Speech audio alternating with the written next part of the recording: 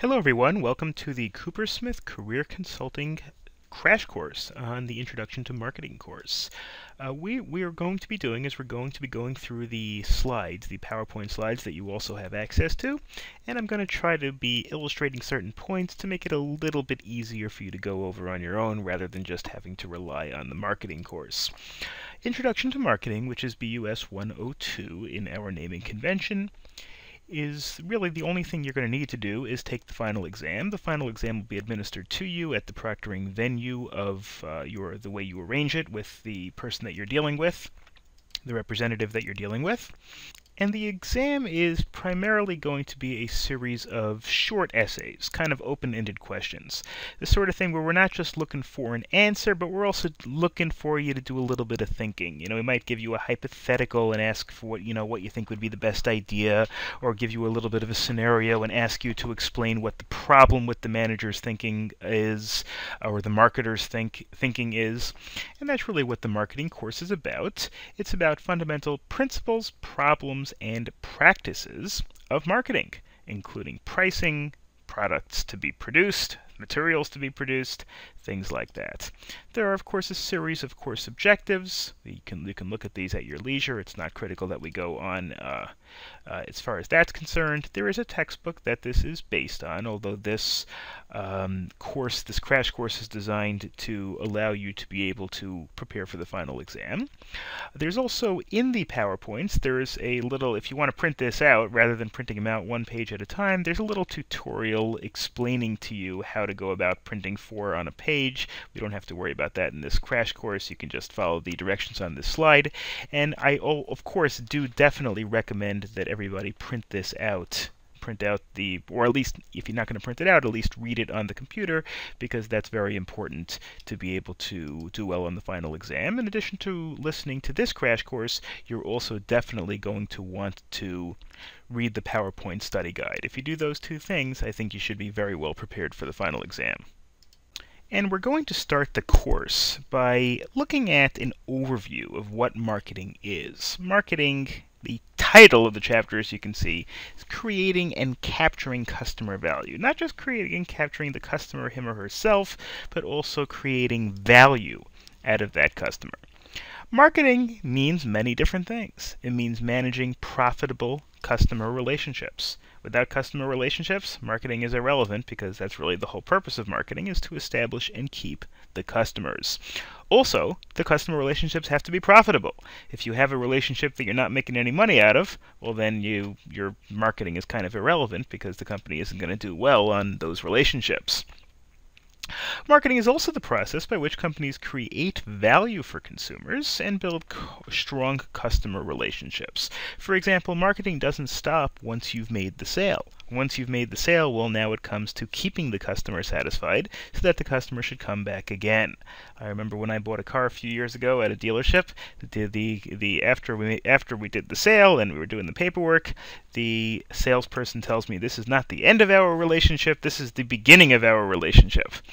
And what he meant was that he hoped that I would come back to the dealership to get oil changes and servicing, and that I would come back to get more cars in the future, etc., etc., etc. It didn't work out that way, but the point is that was a very good marketing statement. That was an excellent marketing statement, because what he was trying to implant in me, that whatever my car needs in the future, I could always come back to him, and he'd be happy to give me all the same kind of stuff that he just gave me in the sale, that I obviously was satisfied enough to make the purchase. So the goals of marketing include attracting new customers by promising superior value, not necessarily superior price, although that's certainly an element of it, but also promising better value for the price over whatever other competitors there are out there. Sometimes there are industries in which you're the only giver of services. For example, if you're the local utility and you give electricity, nobody has a choice. They're either going to take it from you or they're not going to have lights. In that case, you don't really have to do a lot of marketing because there's no competition. On the other hand, if you're dealing with something like buying a car or buying a computer or something like that, there is a tremendous amount of competition. You have to show your customer superior value, either by showing better price or by showing better return on that price.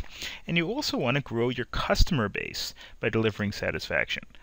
Growing your customer base includes maintaining previous customers that will come back to you, and it also means establishing a good reputation in the industry. If you do that, well then, fantastic. Other people will listen to the people who came to you and were satisfied, and they'll come back to you again. The old view of marketing, in other words, the old view in this case just means the way people used to look at the marketing objective was to simply make the sale. Well, making the sale is certainly one element, but the modern view of marketing is to not only make the sale, but also satisfy the needs of the customer. Making a sale gets you one sale. Satisfying the needs of the customer can get you many future sales. And that brings us to the concept of marketing myopia. Focusing only on that first thing, making a sale, could lead to this phenomenon. Myopia means short-sightedness. So short-sightedness from a marketing perspective occurs when the seller pays more attention to the products rather than the experience or benefits that are produced by the products. When you're selling something, you can't just look at what the product offers. What you need to look at is what the product offers with regard to the customer, with regard to the person that you're dealing with. If you offer a fantastic product, but this customer doesn't happen to need it, you could offer the great sunroof in this new car that you're selling, but if the customer doesn't want a sunroof, that's really going to be irrelevant. When it comes to marketing, you need to offer all the great products you have and tell the customers about the great products, but what you really need to do is tell the customer about the specific products or the specific elements of the products that the buyer needs. Without that, marketing is kind of useless. And one certain element of marketing, aside from getting more people to want the product, you also want to increase your market percentage, the share of customers. Share of customers means the percentage of customers in a market. An example over here, if Best Buy sells electronics to 55% of all customers in a place called Spring Valley, and they want to increase their share to 65%, that means they want to increase the share of customers of all the people that buy this particular product in the city of Spring Valley. They want 65% to be theirs. In other words, what this means is market the percentage of the market. I mean, there's another way to market, to increase the market altogether. Let's say 100,000 people want product X, and you do some great piece of marketing, and therefore 120,000 people want product X. Well, then you've increased the market. Here, you're not really increasing the market when you increase the share. What you're doing is keeping the market the same size and trying to increase your share of the market. And both of them can be legitimate strategies. I mean, I remember in the 1980s, New York Telephone used to have these commercials encouraging people to use the telephone. It said, your mom is feeling lonely, why not pick up the phone and call her?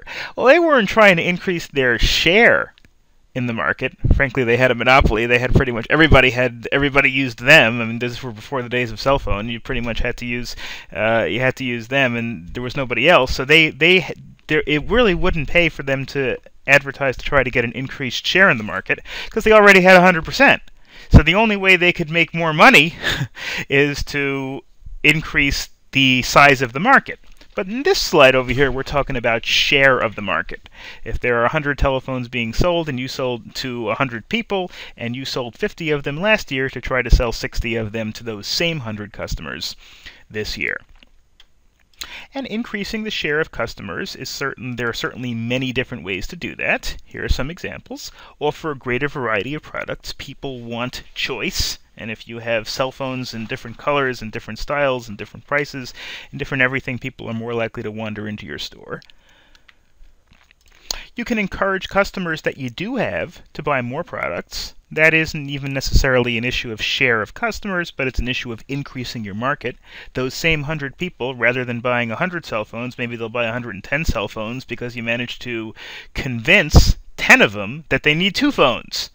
Somehow you did this wonderful marketing piece, and 10 of them go in and buy 2 phones. So you still have the same 100 customers, but instead of selling 50 phones to the 50 people that come to you, you've sold 60 phones to the 50 people that come to you, because you have now convinced them that they need something more. Employees also can be trained to cross-sell and upsell. Cross-sell means to sell something that the customer didn't walk in with the intention of buying. And this happens all the time. You go into an appliance store and you say, I would like one of those top loader dryers. Actually, the top loader dryer is really the upsell example. The cross sell is if you walk in looking for a TV, and while you're talking about the TV, then they say, well, do you also need an air conditioner? Hey, summer's coming. And yeah, I need an air conditioner. That's a good idea. And then you go ahead and buy an air conditioner too, or an air conditioner instead, and that's called a cross sell. Someone comes into the store to buy a TV, you try to sell them an iPod in addition to a TV. You're adding something to the customer's base. Then the next example, I just changed some of the examples over here. So we have the next example is, let's say, the clothes washer that I just mentioned. You walk in asking for one of those $350 top loader clothes washers, and they say, well, that's a very good product. We can sell it to you, but we've got this really great side loader. The ones that cost $700 or $800, but it saves you all this water, and it's so much easier, and it's fun, and whatever. You give all the other technique, and you market it. That's called an upsell.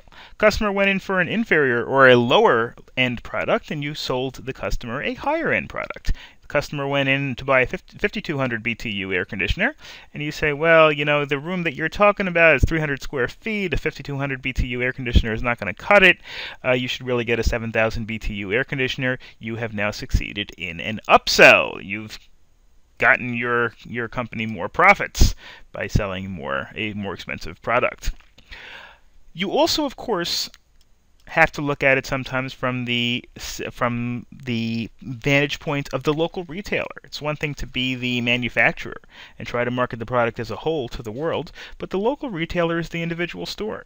The local retailer sells goods or supplies in small quantities directly to the consumer, but of course they are also affected by global competition. Local retailers may come from abroad. For example, instead of going down to my local store to buy a tablet or to buy an MP3 player or whatever, I could instead order it on Amazon, or I could buy it from bestbuy.com, or go to a neighboring city and go to the mall and buy it there. So local retailers deal with their consumers in their immediate geographic area, but of course they also are impacted by global competition. Components may be produced or assembled abroad. They could be sold to you over the internet. And also, of course, that's one of the reasons why it's important for local retailers to have global suppliers and also customers outside their own district. People who have their own stores may also set up a website. They may also be able to sell things to people outside of their own immediate geography. The second chapter is partnering to build customer relationships. This is the way in which a company, through its marketing techniques, tries to make sure that the customer, establish a relationship with the customer so that the customer will come to you and purchase whatever goods and services you're providing. Market development strategies are critical. Market development strategies identify and develop new market segments for current company products.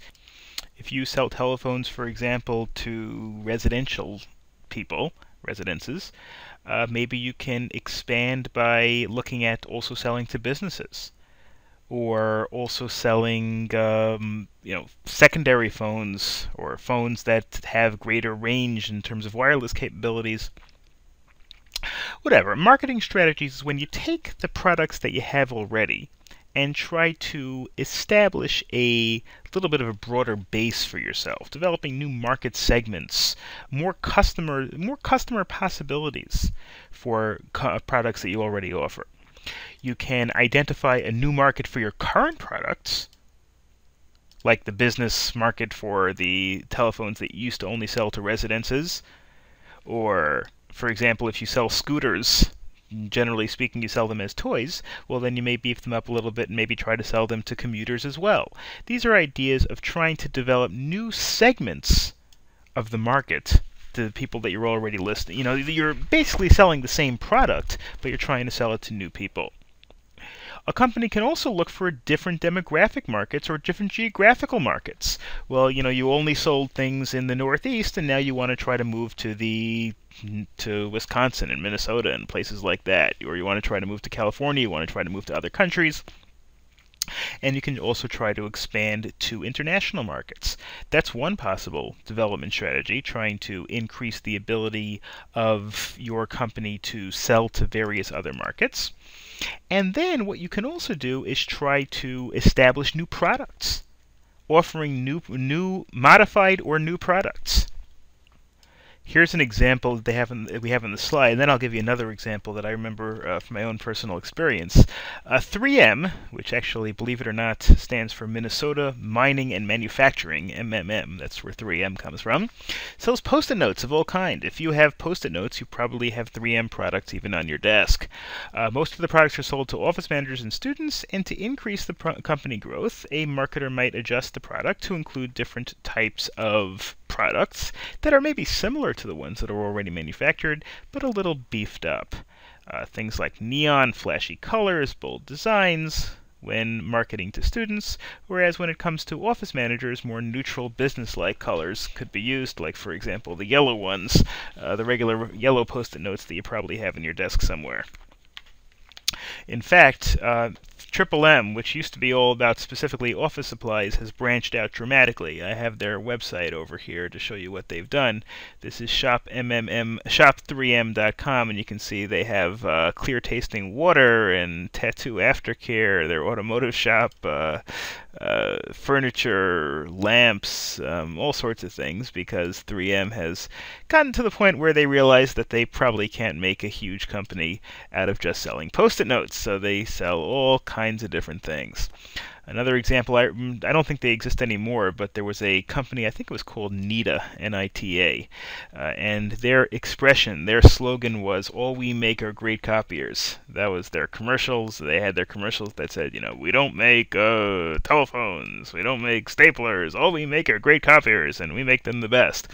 And eventually they realized that just making copiers wasn't going to service their business that well. So what they decided to do, they decided to branch out, but they didn't want to change their slogan. They didn't want to change their big marketing idea. So they went into fax machines, and they started selling fax machines, which they called long-distance copiers. So they're still copiers. They still said, all we make are great copiers, even long-distance ones. That's what happens when it comes to marketing. Sometimes one product just won't cut it. It won't allow you to establish your growth, or the product itself becomes obsolete, or there becomes too much competition in the industry, and therefore you want to branch out into other products. An important concept in marketing is the ROI. ROI stands for return on investment. So the marketing ROI is the return on your marketing investment. If you spend $3 million on a Super Bowl commercial, the question is, are you going to recoup $3 million from that advertisement? Now, it might not be direct, of course. It might not be, when you buy a $3 million Super Bowl commercial, it might not be able to directly trace $3 million new of service. Things like goodwill, increased reputation are, of course, part of the calculus, are, of course, part of the things that you have to look at. But overall, you still have to look at return on marketing investment. This is the net return from a marketing investment divided by the cost of the marketing investment. If you put $1 million into marketing, and because of that campaign you increased your business by $2 million, well, then you've made an extra $1 million. You've made an extra, basically you've made 100% on your investment. You invested $1 million and you made $2 million. So you got 100% of your original investment. If you invested $1 million and you brought in $1,100,000, well, then you got a 10% return on your investment, because you sold an extra $100,000 worth of products. On the other hand, if you put $1 million into marketing and you only increased your business by $900,000, well, then essentially you've lost on your marketing. You've got a negative 10% return on your investment. So that obviously is the sort of thing you want to try to avoid. But of course, you do have to take into account things that may not be obvious. You have to look at marketing performance measures, things like brand awareness, sales, market share. In other words, what has happened to your sales? Are customers more aware of your brands? Before you ran the campaign, maybe 30% of people knew that you sold great calculators, and now maybe 40% of people know that you sell great calculators. How does that translate into sales? How does that translate in terms of your market share? If before your great campaign you had 30% of the market share, and after the great campaign you have 35% of the market share, you of course have increased your market share by 5%. Customer-centered measures also have to be taken into account. Customer acquisition. Did you acquire new customers through this marketing campaign, which is the purpose of most marketing campaigns? Customer retention. Did you keep consumers to come back to your product? Customer lifetime value. What do they give you over the course of the customer's lifetime of using these products? One car is the sale of one car, but if the customer keeps taking the car back to your dealership to get it serviced and keeps buying new cars from your dealership whenever they need a new car, well, now all of a sudden you've made a customer for life, and that obviously gives you a tremendous amount more of this sort of benefit. You also, of course, have to look at customer-centered measures because you're looking at the extent to which these marketing techniques build your relationship with your customer. And finally in this chapter, a very important element of any marketing strategy is a company's mission statements. A company's mission statement is really an overarching, usually a one-paragraph statement, could be less than 100 words in most cases, that will tell anybody that's reading it, and the employees, to kind of focus the employees and to focus the managers of the company on what it is the company is there to do. What is it that it's there to sell? Now, I guess in one, you can just say a company is there to make money. I guess that's the mission of most companies. But how are they to make money? What kind of products are they trying to produce? What kind of companies are they trying to sell? This is a statement of the organization's purpose and what the organization wants to accomplish. That includes things like what is the business, who is the consumer, what do the consumers value, and what should the business be. This should be based on the market that you are targeting. It shouldn't a mission statement shouldn't say, we're selling staplers that are black, or we're selling staplers that are lots of colors. Instead, it should say something like, we are servicing the needs of offices to staple their papers together. Of course, that's a bit of an oversimplification. There aren't too many companies that just make staplers and nothing else. But if you had a stapler company, you would phrase the mission statement in terms of the technology that it uses, the market that it's servicing, etc. Let's take a look at a couple of mission statements. Mission statements are a little different, of course, whether they're for-profit or non-profit companies. Here's some examples of some mission statements. These are non-profit companies. The San Diego Zoo, for example. Now, San Diego Zoo, we all know, is just, it's a zoo. But what does the mission statement say? It's a conservation, education, and recreation organization dedicated to the reproduction, protection, and exhibition of animals, plants, and their habitats. What is this establishing? It doesn't say, we've got lots of animals. It says that we exhibit animals and conserve the animals, educate the people about them, etc. The Mayo Clinic, a hospital, we don't need that. To inspire hope and contribute to health and well-being by providing the best care to every patient through integrated clinical practice, education, and research. Again, the sort of thing that you're focusing on the people you're servicing, not just the services that you're providing. Doctors Without Borders works in nearly 70 countries, providing medical aid to those most in need, regardless of their race, religion, and political affiliation.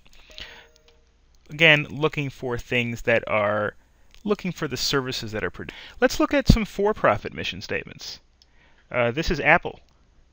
Apple's mission statement. I don't know if you can, let me make this a little smaller so you can see the whole thing. There we go. Apple designs Macs, the best personal computers in the world, along with OS X, iLife, iWork, and professional software. Apple leads the digital music revolution with its iPods and iTunes online store. Apple has reinvented the mobile phone with its revolutionary iPhone and App Store, and is defining the future of mobile media and computing with iPad. Okay, so it's probably changed its mission here and there. As they invent new things or as they go into new areas. But again, Apple doesn't just say that we sell iPods and Macs and try to make money, which is fine. But instead what they do is they try to establish the value that they're adding to the industry and the manner in which they're serving the customers.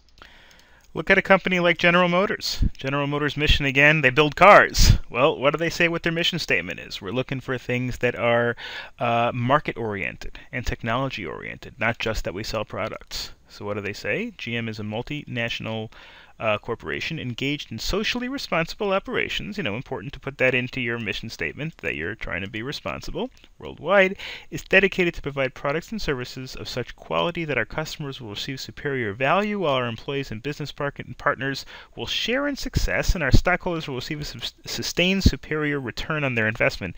It's bizarre. There's nothing about cars in here. And General Motors produces some things other than cars as well, but obviously the vision statement mentions the automotive industry. The mission statement doesn't even mention the automotive industry. It doesn't even mention the fact that they produce cars. We produce stuff in a socially responsible fashion, etc., etc. So the mission statement is designed to establish that, we strive for the greatest technology and to service the market that needs us. Something like that. Next, we're going to look at Chapter 3 and analyzing the market environment. The marketing environment is, of course, the environment in which the company has to operate.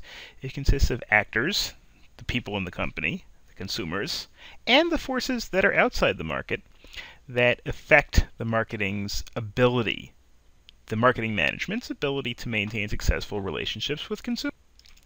The types of markets are the macro environment and the micro environment. Micro environment means small, or the small picture, so to speak. And the micro environment are actors close to the company. Those probably include the employees, the salespeople, the consumers, the people that use the products. Then there's the macro environment that includes larger societal factors, the economy in general, the market in general. So first we're going to look at the micro environment, which includes the company itself, including all of the people that work for the company. That obviously impacts the marketing development's planning strategies, because all the people in the company have to focus on whatever marketing campaign is going on over here. If you're running a campaign saying that the company is really friendly, well, then the company's people have to be really friendly. Otherwise, people will realize very quickly that the marketing just isn't really true. The suppliers are also important. Suppliers are an important link in the value delivery system. Before you market something, that you're going to be able to produce X number of widgets, or you're able to produce these fantastic things, you have to make sure that you have the suppliers that will give you the ability to produce them. Then you have marketing intermediaries. These are people that are going to be necessary in your supply chain to get the consumers and to get the products to the consumers. Resellers, distribution firms, marketing service agencies, which include people like on Madison Avenue, the people that run the advertisements, that dream up the advertisements, that run the newspaper ads, that write the newspaper ads, that write the marketing copy. These are obviously, even if they don't necessarily work for the company, these are people within the micro environment of the company's marketing skills and the marketing techniques, marketing plan. And then you also have to look at the competitors. When you market, you can't ignore the competitors. If the competitor is advertising a product at a certain price, you want to be able to market your product in a way that either undersells the competitor, gives the customer a better price, or gives the customer something better for the same money or for more money. The idea is you have to, when you're developing your marketing perspective, you have to look, okay, what is the competition doing? What is the competition advertising? And you have to figure out a way to beat that, or else the competitor is going to get the best of you. The microenvironment also includes the customers that you're dealing with, the consumer, him or herself, that's purchasing your product, reseller, government or international market. If you're marketing to something that can be used by the government, you're marketing something that can be used overseas. And also you have public environments that have to impact your marketing. The financial public is, for example, the stock market. Is this the sort of product that's going to play well when it comes to your stock price? It's one thing you have to think about. The media. Will the media impact? If you're a small little, grocery store, the media probably doesn't have much impact. But if you're United Airlines or General Motors or something like that, you do have to take into account the way the media, the way whatever marketing campaign you're establishing may be looked at by the media. Especially if you're a financial services firm, you've got CNBC and you've got all these other, Wall Street Journal, that are going to be scrutinizing whatever you say. General public, citizen action public, other groups of people that are going to be scrutinizing your marketing campaign. Then you've got the macro environment. The macro environment is the environment of things that are beyond your immediate scope and beyond your control, but are things that you very often can't do a lot about, but you need to be able to adapt to the trends and to what's going on in the macro environment. The demographic environment. Are you selling to groups of people? Or are your customers becoming younger? Are your customers becoming older? Are your customers changing in terms of their ethnicity? Are they changing in terms of their wealth status? You may have to, if the people you're selling to are, unemployment is up and there's a recession and people are losing their jobs, you may not be able to raise your price so easily. You may be focusing, your marketing campaign may focus more on affordability and less on pizzazz and less on, an ability to do fancy things. Natural resources are also important in the macro environment. Will there be enough resources for you to continue your manufacturing in the same way? Technological. Are your products obsolete? I mentioned fax machines before. People who marketed fax machines in the 1990s, 15, 20 years ago, whatever it was, well, now they've had to move on a little bit because fax machines are, they're still used, but they're certainly not used nearly as much as they were 20 years ago, because now you've got email and attachments and scanners and whatnot, and you can just scan things and email them, or take a picture of them with your phone and text the picture. You don't really need fax machines as much as you used to, although they're still used. Then there are some things that are just not used at all anymore. Typewriters, I guess they're used to some extent, but typewriters have pretty much disappeared, whereas 40, 50 years ago, they were the number one piece of office equipment that every office needed. So you may have to change your marketing strategies based on technological changes. Political changes. Are you something that, like an oil company or a solar energy company? Are you an education company where there are issues in the federal government and state government that may make it easier or more difficult for you to operate your business? And then there are cultural issues. You have to look at what society's basic values are. Are society's values changing to the extent that your product might be more or less acceptable to people? And you may have to take this into account when you make a determination of what product lines to go into. All these things are important issues in the macro environment. Here are some examples of factors in the macro environment. Demographics. Demographics, of course, look at the size of the market, the age of the market, the gender of the market. Are you looking to sell primarily to men or women or both? Race of the market. These different demographics require different handling of marketing.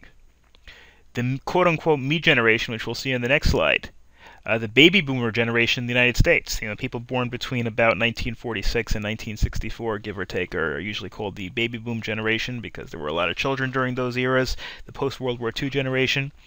And, what are the sorts of products that they're looking for as they become older? Financial products, second homes, things like that. What are the sorts of things that they're looking for? Other generations that grew up in other eras where the culture was different may have slightly different needs.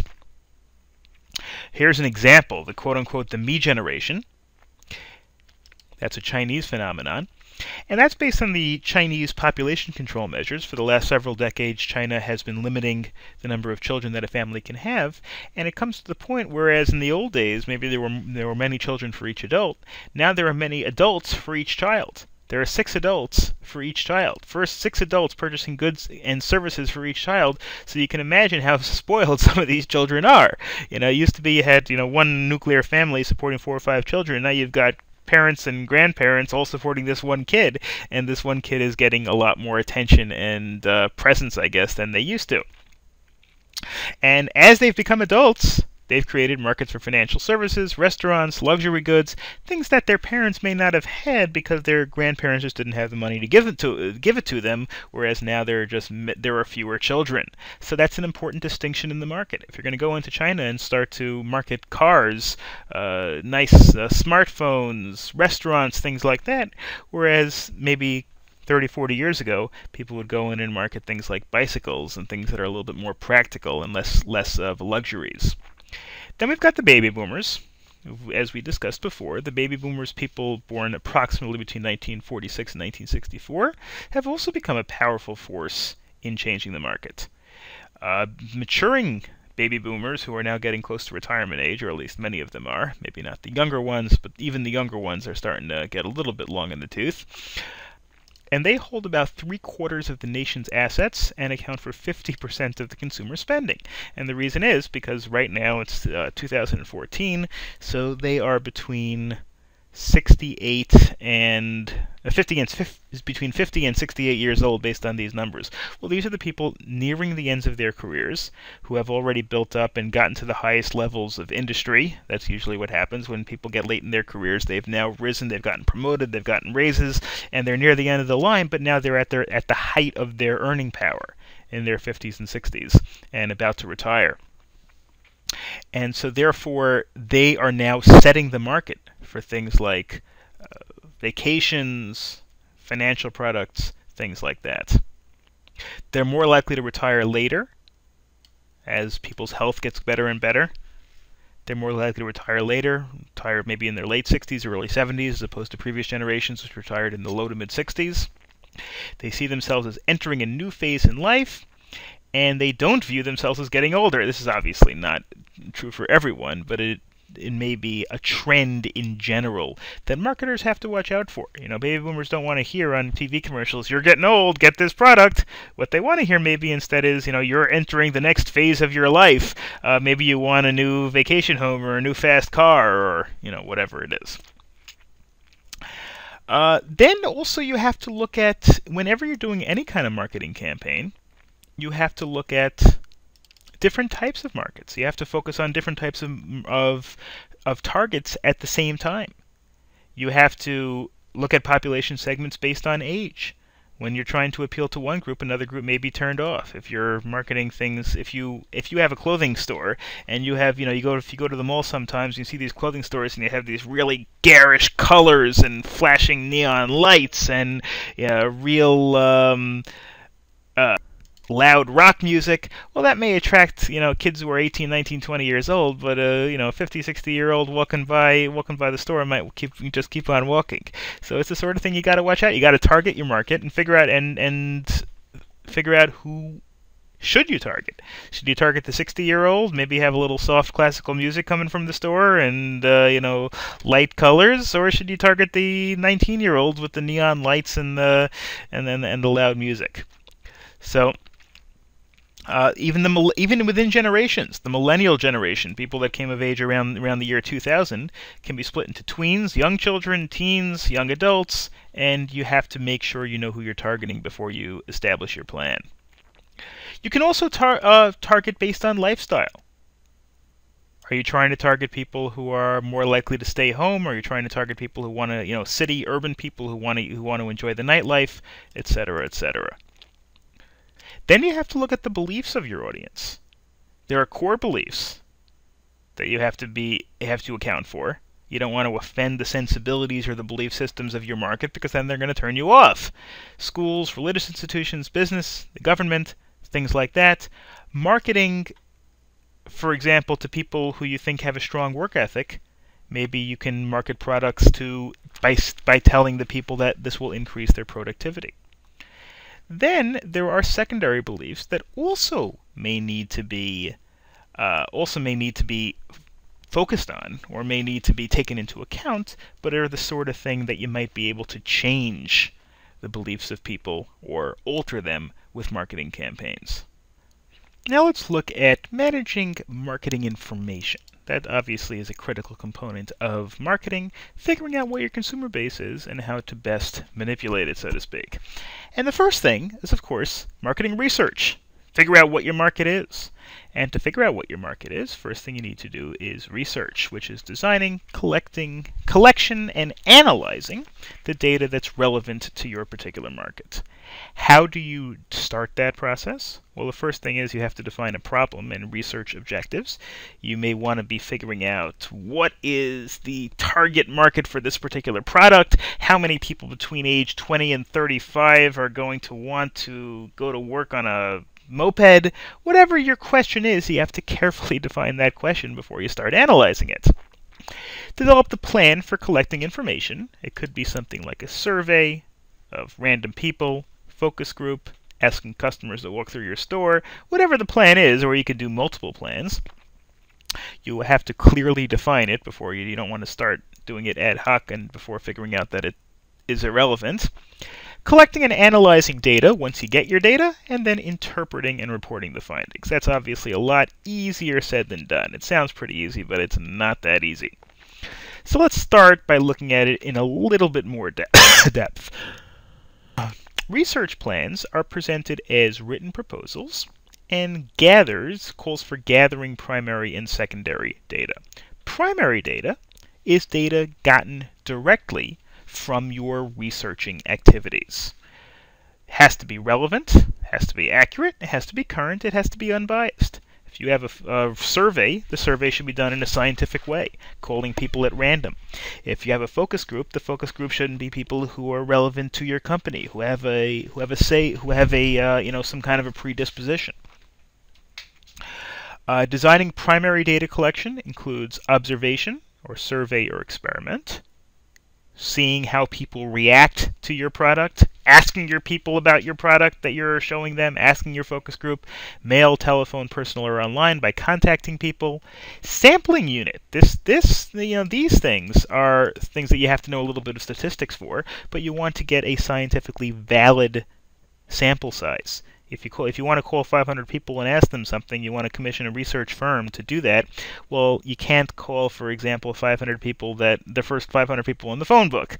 It's just not going to be good enough. You want to get them randomly. You don't want to call all people of the same ethnicity or all people of the same age group. You want to call people randomly enough so that you get a good scientific data pool. Then you have secondary data. Other surveys and research that was done by other people that you can take and then you can apply to your own purposes. Then once you establish how you're going to get your data, then you have to make your observations, and that's gathering data by observing people, actions, and situations. Here are some quick examples. Observing traffic patterns to see where a new grocery store should develop.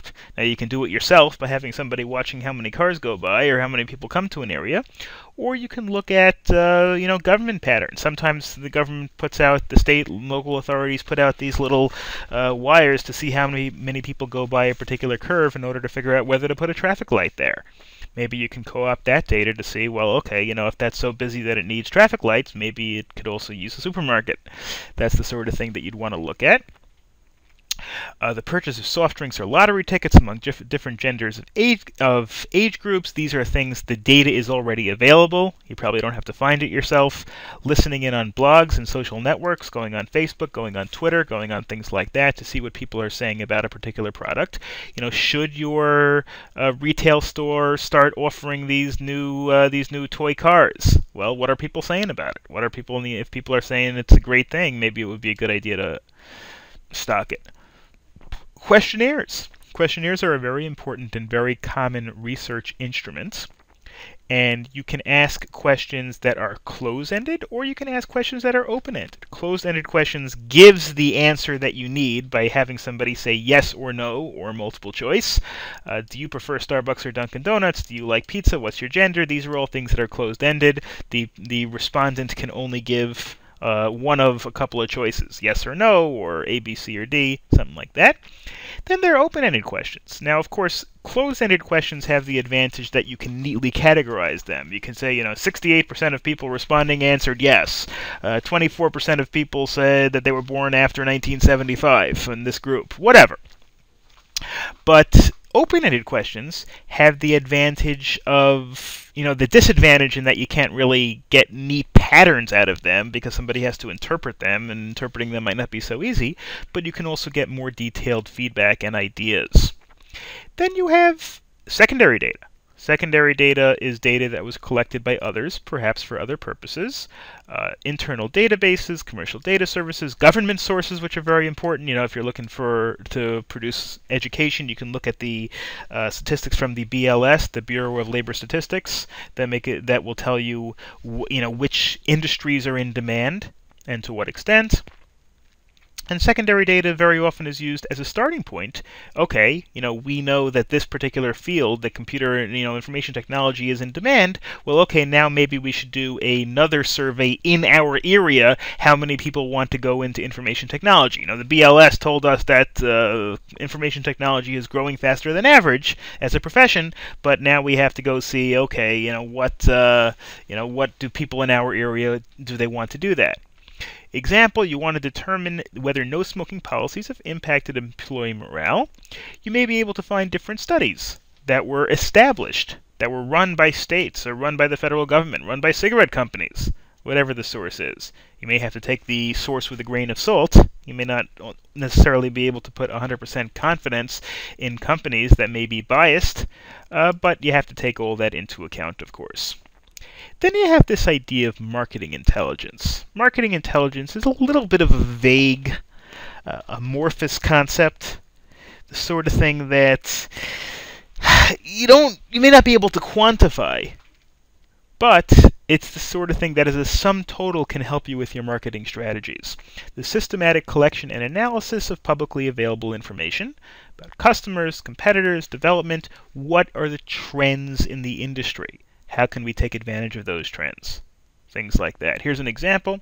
Sam wants to run for supervisor of the local school district. He would like to hand-deliver campaign materials, but he needs to know where the voters live. Having a list of registered voters and addresses is a great tool for planning actual visits. Just knocking on every door is not a good idea. In other words, you want to try to specify your knowledge so that whatever it is you're trying to do, whether knocking on people's doors or selling products to people, getting people to visit a website, getting people to vote a particular way, you want to try to use the general market intelligence, things that the data has for you, to try to indicate where the best place to focus your resources are, rather than just focusing your resources at the public at large. If you're advertising should you advertise on the internet to the world? Should you advertise in a local newspaper? Should you advertise in a national newspaper, on the radio, on television, on local stations, on citywide stations, on countrywide stations? These are all things that you need to look and see, where is your target market going to be, and focus your advertising and marketing efforts on your target market specifically. Chapter 5 is about understanding consumer and business buyer behavior. Obviously, in order to market, you need to understand what your consumers are going to want. Okay, so consumer behavior refers to the behavior of the individuals who make the purchases. Marketing is primarily to the people who are going to buy from you, of course. And the 4 P's are the 4 concerns that affect the consumer as a general principle. The 4 P's are product. Obviously, you need a product that the consumer wants. A price. Good price, always important. A place, the location in which the product is sold and how it can be delivered, and the market in general of the place that you're selling it. And promotion, making sure that your product is adequately promoted to your particular consumer. These are the 4 main ways in which you're going to try to make sure that the consumer is attracted to your particular product. Make sure you have a good product, good price, good location in terms of where you're selling it, where you're marketing it, and of course making sure to promote it. Other things that are included in buyer behavior are psychological factors, including motivation. How do you motivate a buyer to go out and get a particular product? Do they need the latest smartphone? Well, maybe if they perceive that everybody has it, then they'll have it too. Perception. What's the perception of your product? Learning. Do the consumers know enough about your product to know that they want it? And finally, beliefs and attitudes of the consumer as well. Psychological factors, let's go through them a little bit more in depth. Perception is the process by which people organize and interpret information. The perception is something that's a little bit more subtle than education or knowledge. It's the sort of thing that people perceive. People, by all sorts of different types of information that's given to the consumer, they generate an idea. They generate a just a feeling for what the product is and how valuable the product is. How do you influence perception? Well, perception again is a little more subtle, so you can't just tell the buyer a bunch of facts, and that includes feelings of the consumer themselves, selective distortion, retention, and attention. Distortion is the idea that people are going to take things a little bit out of context. You know, make sure that you don't use phrases that could be offended even when taken out of context in advertisements. How much the consumer actually retains and how much the consumer actually pays attention to your commercial. Is it the sort of commercial that's in the middle of a game that the consumer has no interest in and is leaving the room, or is it something that holds the consumer a little bit more captive? That's why you know, I mentioned Super Bowl commercials earlier. Super Bowl commercials are very often effective. One of the reasons why is because people actually sit there and want to watch the commercials during the Super Bowl. They think they're going to be funny, they think they're going to be clever, whatever it is. So that's, you know, the amount of attention is also very important. It can't be 100% controlled by marketers. It can't be 100% controlled by companies. It can be influenced. You know, you make a funny commercial, it's more likely that they're going to be to have attention, but it can't be guaranteed. So no marketer can guarantee that a consumer will pay attention to an ad, but an ad can certainly make an ad that is more memorable. And people, of course, use selective attention because they can't pay 100% attention to everything all of the time. So if you look at the way the buyer actually makes a determination, which is important in determining your marketing strategy, first the buyer recognizes a problem. You know, my washing machine is broken, I need a new one. What do I need to solve that problem? Okay, well, I need a new washing machine.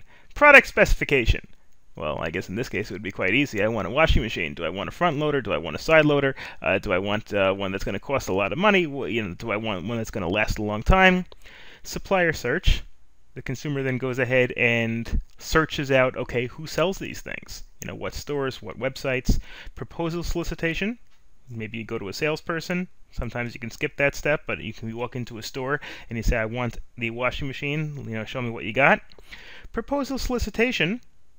Okay, you know, how much is this going to cost from this store? How much is this going to cost from that store? You're soliciting a proposal from the various merchants.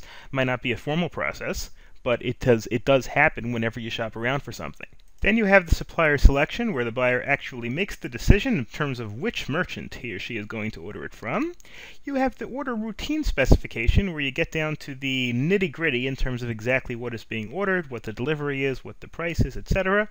And finally, the buyer takes it home, but then you have an equally important step. You have performance review. Okay, you know, it's done in terms of the sale itself, but is the buyer happy? And that's an important step, because if the buyer is happy, the buyer, of course, is more likely to come back. Another important aspect to marketing, both pre and post-sale, is problem recognition. Problem recognition is need recognition. It's the sort of thing where the marketer needs to understand what it is that the consumer wants, what it is that the consumers need. Now, marketers, of course, can try to convince people in terms of what they want. They can use advertising.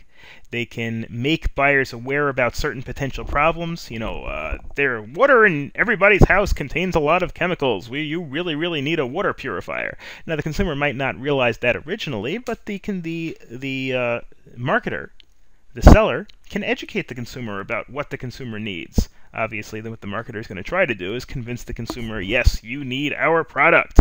And then you can offer solutions as to the newly recognized problem. That's true with very often niche products, products that, you know, are not really the sort of thing that the car commercial doesn't have to come up and say, you need a car. Because, you know, people want cars. Generally speaking, people want to drive cars. When it comes to things like water purifiers, certain types of drugs, certain types of health foods, things like that, very often you'll see part of the marketing influence is convincing the market that, yes, there is actually a need for this.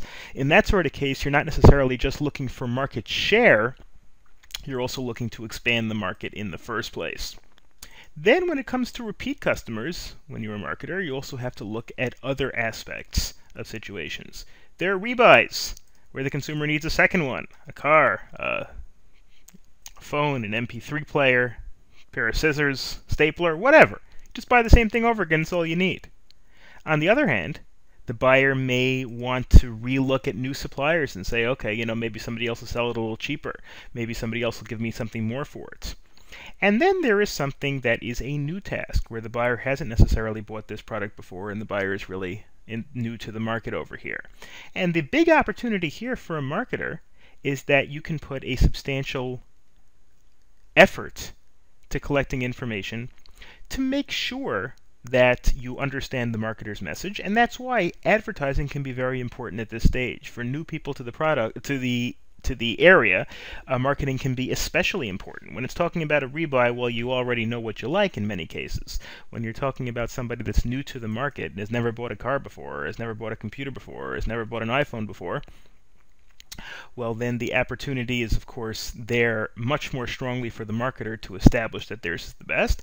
And, of course, the challenge is that there's also an equal effort coming from the competition. Next, we're going to look at targeting customers and creating value for specific segments of the market that you're looking for. And that's really all about segmentation. Segmentation is, okay, well, you're not trying to sell this to everybody in the world. Who are you trying to sell this to? What is your target market?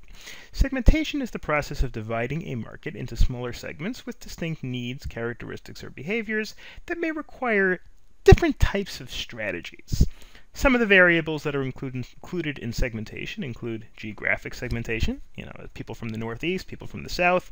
If it's air conditioning, maybe it's going to, you have to look at the Phoenix area, and then you have to look at the San Francisco area. It's going to be a lot different demand for it.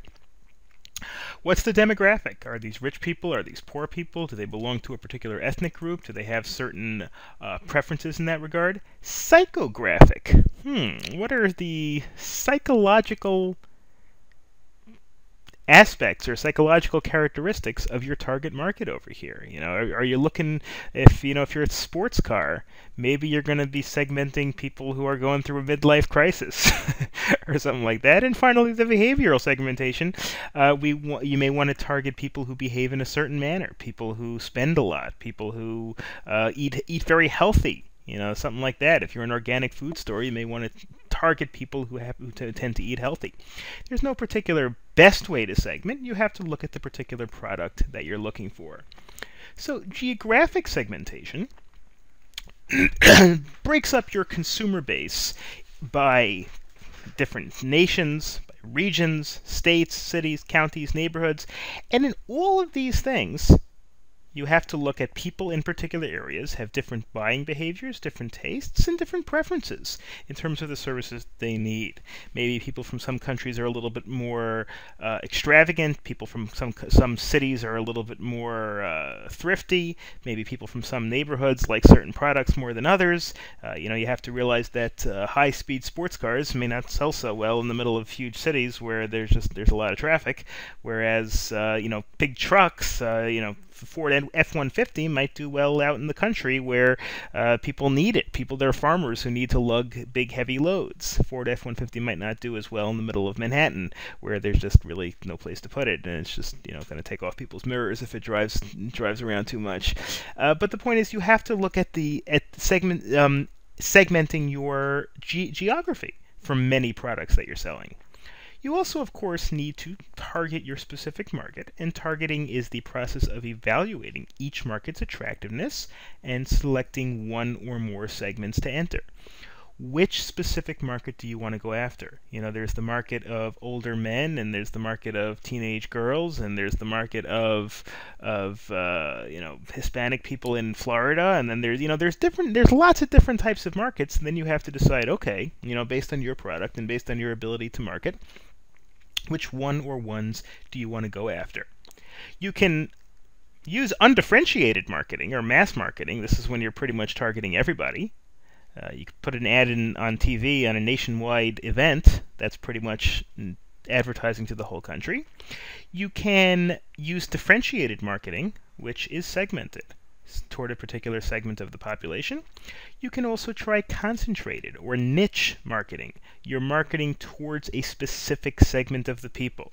Maybe towards older people with certain drugs, or towards younger people with certain music making devices, things like that. And if you concentrate it especially, you may get to the point of micro-marketing, where you're taking the products towards specific individuals in specific locations.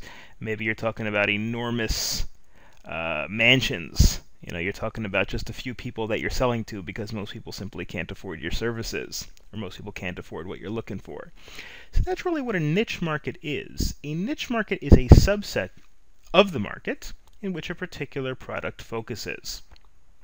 It's a very small need, but the reason why you do it is either because there's very little competition, and you're the only ones, or one of the few that are actually selling, so you hope you can make money that way, by getting a large share of a very small market, or if the niche market is very lucrative. You could be selling sports cars, maybe you make $100,000 on each sale you make, or something like that, so you can really you can do well in that respect. So the niche market defines the features aimed at satisfying a particular market needs, the price range, production quality, and the demographics that you're intended to impact. You're looking for a small market, and you want to tailor your product exactly for what the niche market is. Particular type of drug that fights a particular type of disease, well, obviously the niche market is the people that have that particular type of disease. So companies with limited resources, relatively small companies, often benefit from niche marketing where they don't have to maybe go up against the massive companies. Not so easy to sell, to sell and try to underprice Walmart or Target or something like that.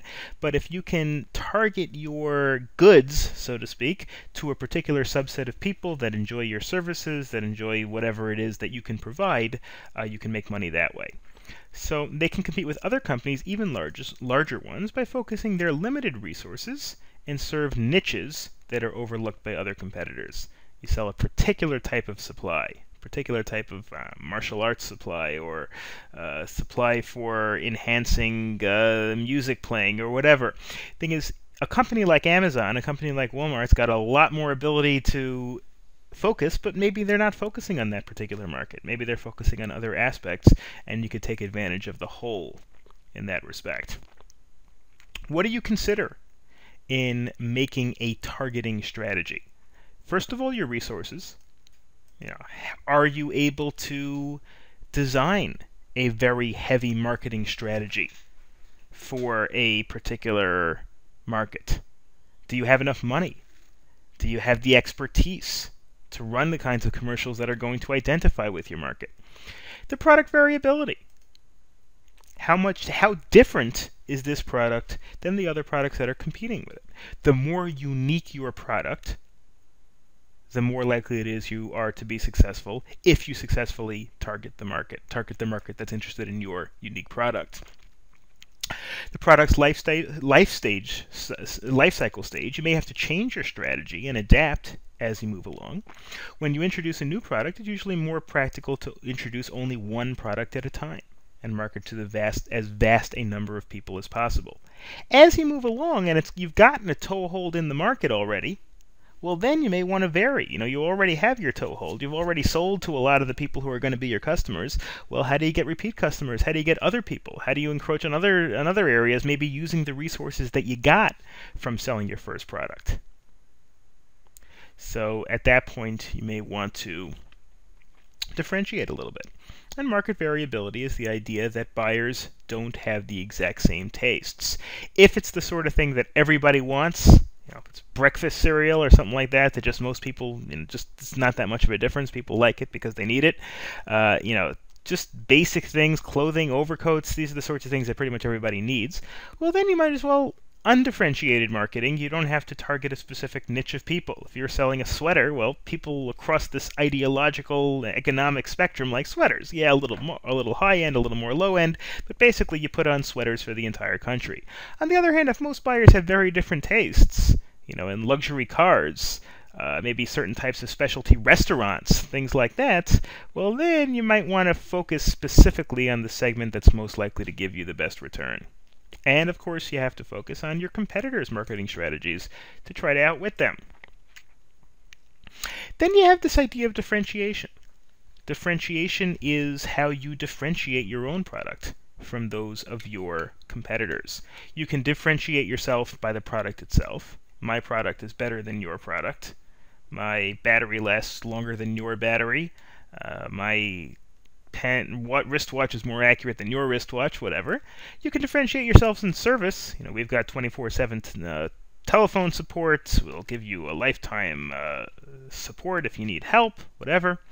Channels differentiation. How do you advertise?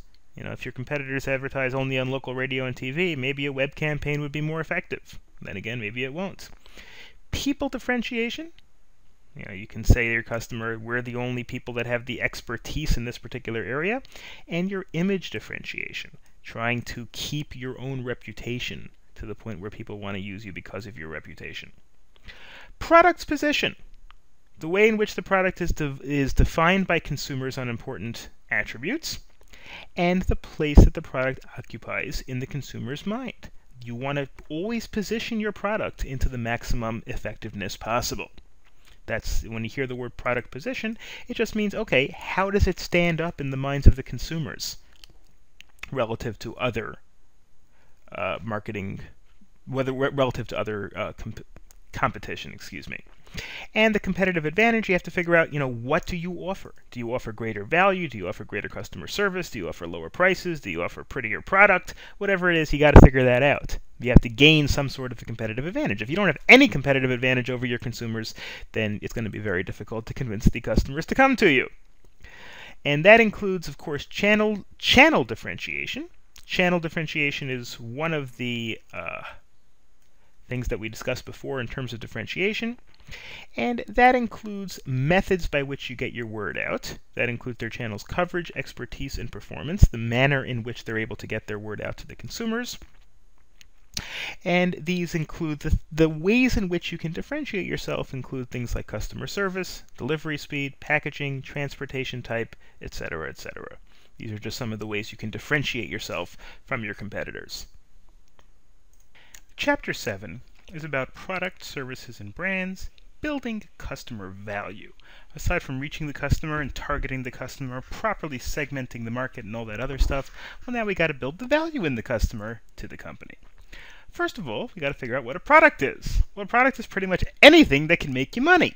It includes anything that can be offered in the market for attention, acquirement, use, or consumption, and can satisfy any want or need of anybody. It could be something you make money out of, or it could be something that you don't make money out of. For example, Facebook doesn't make money when people sign up, but they do make money when people advertise. Well, part of the product that they sell is or something that they give away for free. The ability to, to set up an account.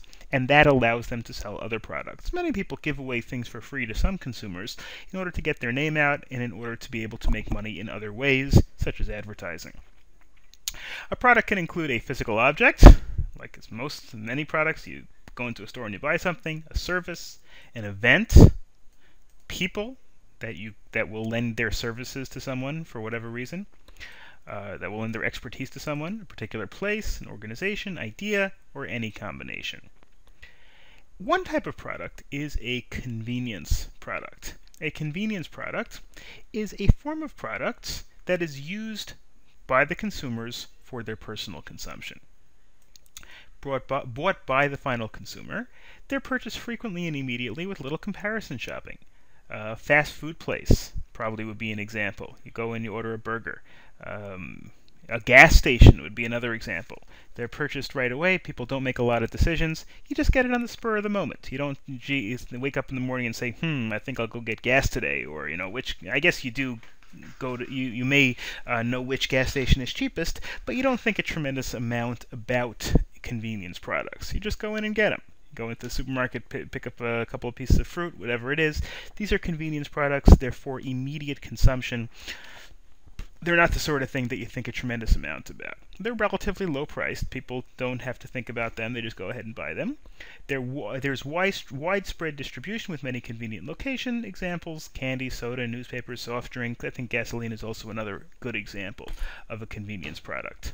Convenience products, of course, there's usually a lot of competition, and when you market, you're trying to get a greater percentage of the market. You're not trying to generate new markets because basically everybody's in the market anyway. You're not going to, convince people to get gasoline. You're not going to run a television commercial or radio commercial to convince people to put gas in their car. If they're going to have a car, they need to be able to put gas in their car. So what you really need to argue is to differentiate yourself. We're cheaper, we have better gas, we have better service, whatever. A product line is another important term in the vocabulary of products, is a group of products that are closely related to each other because they function in a similar manner, they're sold to the same basic groups, they're marketed to the same type of outlets, and they fall within given price ranges, excuse me. A product line might be a product line of paper utensils, plastic forks and paper plates and paper cups and plastic knives. They're all basically sold by supermarkets or by convenience stores, by places like, I don't know, Walmart, whatever it is. And they're basically, when a consumer comes in, they're basically going to buy, a whole line of them. A product line length is the number of items in the product line. How many different products are there in this line? It might be something like, an auto services place, and like the AutoZone. They might sell motor oil and windshield wiper fluid, and et cetera, et cetera. And the more products they have, the longer their product line. And two different strategies in terms of dealing with a product line are to add products to the line or to stretch the product line downwards. In other words, to try to offer more products at cheaper prices and therefore get a little bit of an edge on your competition. Line stretching is really a type of filling of product filling. An example over here, a very interesting example, is Marriott Hotel. Marriott Hotel owns a lot of other hotel chains. It owns Renaissance Hotels, it owns Fairfield Inn. Fairfield Inn are cheaper, and they also don't have the same kinds of services, whereas Renaissance hotels are much higher end. Hilton does the same thing. Hilton Garden Inn and other types of Hilton resorts, that's just hotel chains. Cars do the same thing. General Motors, for example, makes low-end little Chevrolets, and they also make Cadillacs. Toyota makes the Toyota Corolla and other lower-end cars, and they also have the Lexus branch, which is obviously much higher end. Then, of course, what you also want to do, in addition to having a product line, you want to have a good product mix. And a product mix is all of the product lines that a particular seller offers for sale. A company that offers lots of different product lines is sometimes referred to as a conglomerate, because it has lots of different types of products that it offers. When you're measuring a product mix that you offer, the width is the number of product lines the company carries. Procter & Gamble, for example, which is a huge conglomerate, contains a tremendous number of different types of products. Here's just an interesting example of some of the things that Procter & Gamble makes. Procter & Gamble is a single conglomerate, but look what it owns. It owns Nestle and Johnson & Johnson, and actually, I'm sorry, Johnson & Johnson is a competitor of Procter & Gamble. But if you look over here, for example, in Procter & Gamble, they've got Tide. These are just some of the cleaning products they offer. Things like Mr. Clean and Bounty, Gillette, Old Spice, Charmin, Head & Shoulders, Ivory, Cheer, Cascade, Tide, Dawn, Zest, Joy, all owned by Procter & Gamble. You can see some of the other ones, some like Nestle, which is most famous for their chocolate, but they also own things like Gerber and different cat foods and dog foods over here. Johnson & Johnson owns Oral-B and Crest, Tylenol, things like that. So conglomerates like that have a very wide product mix. The length is the number of items in a line.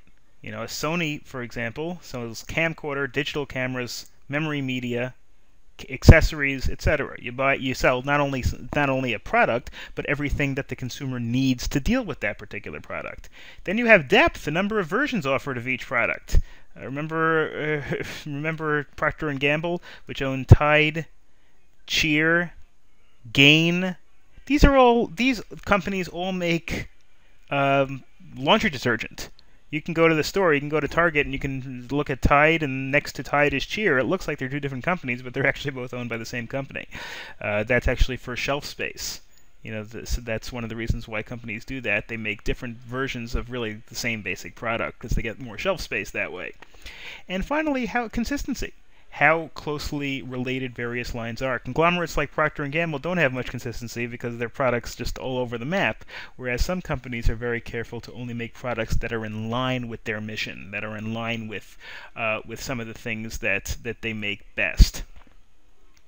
Then there are service providers. Service providers is any activity, benefit, or satisfaction that's offered for sale that's intangible. In other words, doesn't actually physically move something. There are many different examples of services companies: banking, hotels, airlines, tax prep, home repairs, hospitals. Fire and police departments are usually run by the government, but they're also service providers. They may not charge for it. They may get their money that are in terms of funded by taxation, but they are service providers. And of course, for service providers, the actual service encounter, the actual customer service, is critical. When you go to Walmart and you buy a canister of Tide laundry detergent, the customer service, I mean, you like it or not like it, but it's just not that big a deal in terms of Tide. Even if you don't like the customer service, you blame Walmart, you don't really blame Tide.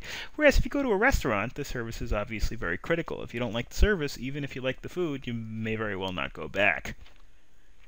And that's why customers, based on their perceptions of the service, can be loyal long-term buyers, or you can lose them very easily. And therefore, of course, it's critical that sellers establish sound relationships. No matter how good your marketing is, if the customers don't like your service, they're probably not going to come back. Chapter 8 is new product development and product life cycle. Obviously, both of those things are not directly marketing, but they're related to marketing. Certainly, whatever you develop is the thing that you're going to have to be marketing. New product development means the development of original products, or improvements, modifications, changing things, changing your brand, changing the way your products operate, and essentially anything that changes the nature of your interaction with your consumer. Very, very important to get an idea of how you're going to market the product before you start developing or offering the product in the first place. Marketing in the development process, includes idea screening, trying to make sure that you have the right idea before you start manufacturing the product. Once you manufacture it, you've got to either market or dump it, wasting all the manufacturing process. So obviously the first thing you want to do is make sure that it's a good idea before you start marketing it, before you start manufacturing it in the first place. This is the process that's used to spot good ideas and to drop poor ones. The executives, the heads of the company, are going to be the ones that make the ultimate decision with regarding to whether the product is built.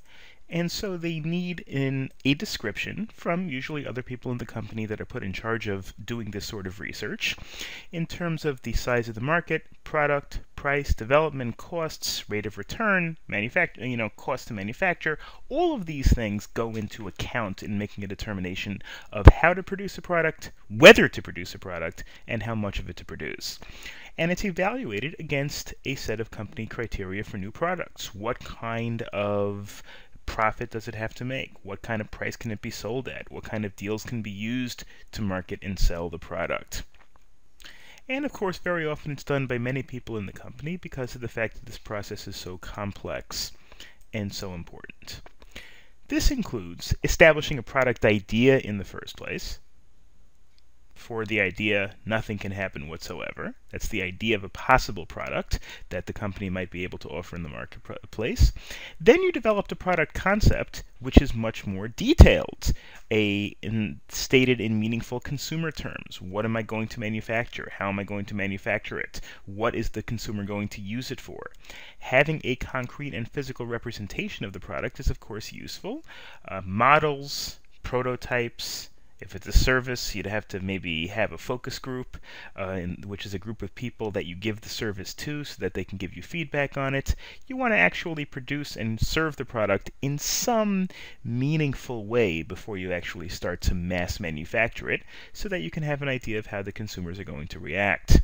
And that's also the product of concept testing. You use target consumers. You may hire a focus group of people, of average consumers, that may help you make a determination as to whether this is a good idea. After you finish the manufacture, you're going to have to do a rollout. And of course, this is all part of the process that you want to establish before you start manufacturing it in the first place. So this rollout is a significant product release that's usually accompanied by a strong marketing campaign. You know, in the past we only made staplers and pens and pencils, and now all of a sudden we're going to sell tablets, or we're going to sell wristwatches, or we're going to sell something else. Well, if we're a relatively big company, or even if we're a small store, we're going to have to roll it out. We're going to have to let the public know, hey, you know, now you can come to us for wristwatches. Now you can come to us for, you know, for tablets. Now you can come to us for this new product that we're manufacturing. And so one of the things that we're going to have to do is we're going to have to convince our consumers that it makes sense for us to offer this product. If we've only until now been offering products that are totally different from this, the consumers might say, well, you know, we'd rather buy the product from the experts. So a company enters attractive cities or regions one at a time and then tries to build up large market rollout. Now, if it's a huge company like Walmart, it might, you know, roll out a new line of products around the country instantly. But if you are a relatively small company, you might want to have a smaller rollout in a smaller area to see how well it works, you know, before risking the expense involved in a much larger rollout and manufacturing process. This is also done by companies that don't have the capacity or capital or even confidence to introduce in several regions at once. You want to try it once, see if it works, before you invest the resources necessary to roll it out in a second big market or across the country. So the product life cycle, which is really all that this chapter was about, is the course of the product sales and profits. First, it is developed. Then it is introduced to the public, usually through a marketing campaign, and also put in stores if it's a good, or offered if it is a service. Then it grows, hopefully, to the point where you're able to sell whatever you manufacture. It becomes mature, in which it kind of flatlines. In other words, okay, now you're selling however many you can sell. You know, now you're selling 10,000 units a month. Now you're selling $1 million worth of the service a year, and that's pretty much the way it holds. And that's pretty much what the product does for you. And then eventually, many products decline, which means they start to decrease in value, or they start to decrease in effectiveness, and eventually they may have to be changed or ended. And of course, an important component of this entire chapter is advertising a new product. Advertising expenses remain high when a product is in its growth stage. That advertising could be on, you know, local radio or television. It could be in newspapers. It could be on the internet. It could be it could be in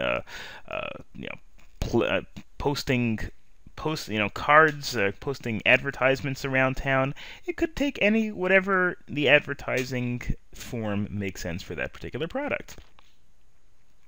And then at that stage, you also have to worry about competition. Once you roll it out and start advertising it, you have to realize that other people that already offer the product may start advertising against you, or they may start rolling out their own products to compete. And obviously, what you also sometimes need to do is spend a high amount of money on this marketing campaign, on this advertising campaign, in order to offset threats from competition. Chapter 9 is about understanding and capturing customer value. What is it that you need to do to get yourself as large a market share and a larger profit margin as you can? So we're going to discuss various types of pricing and competition in this chapter. The first type is oligopoly, or the oligopolistic. I never even heard that word before, but I do know what an oligopoly is. An oligopoly is a market that consists of only a few major sellers.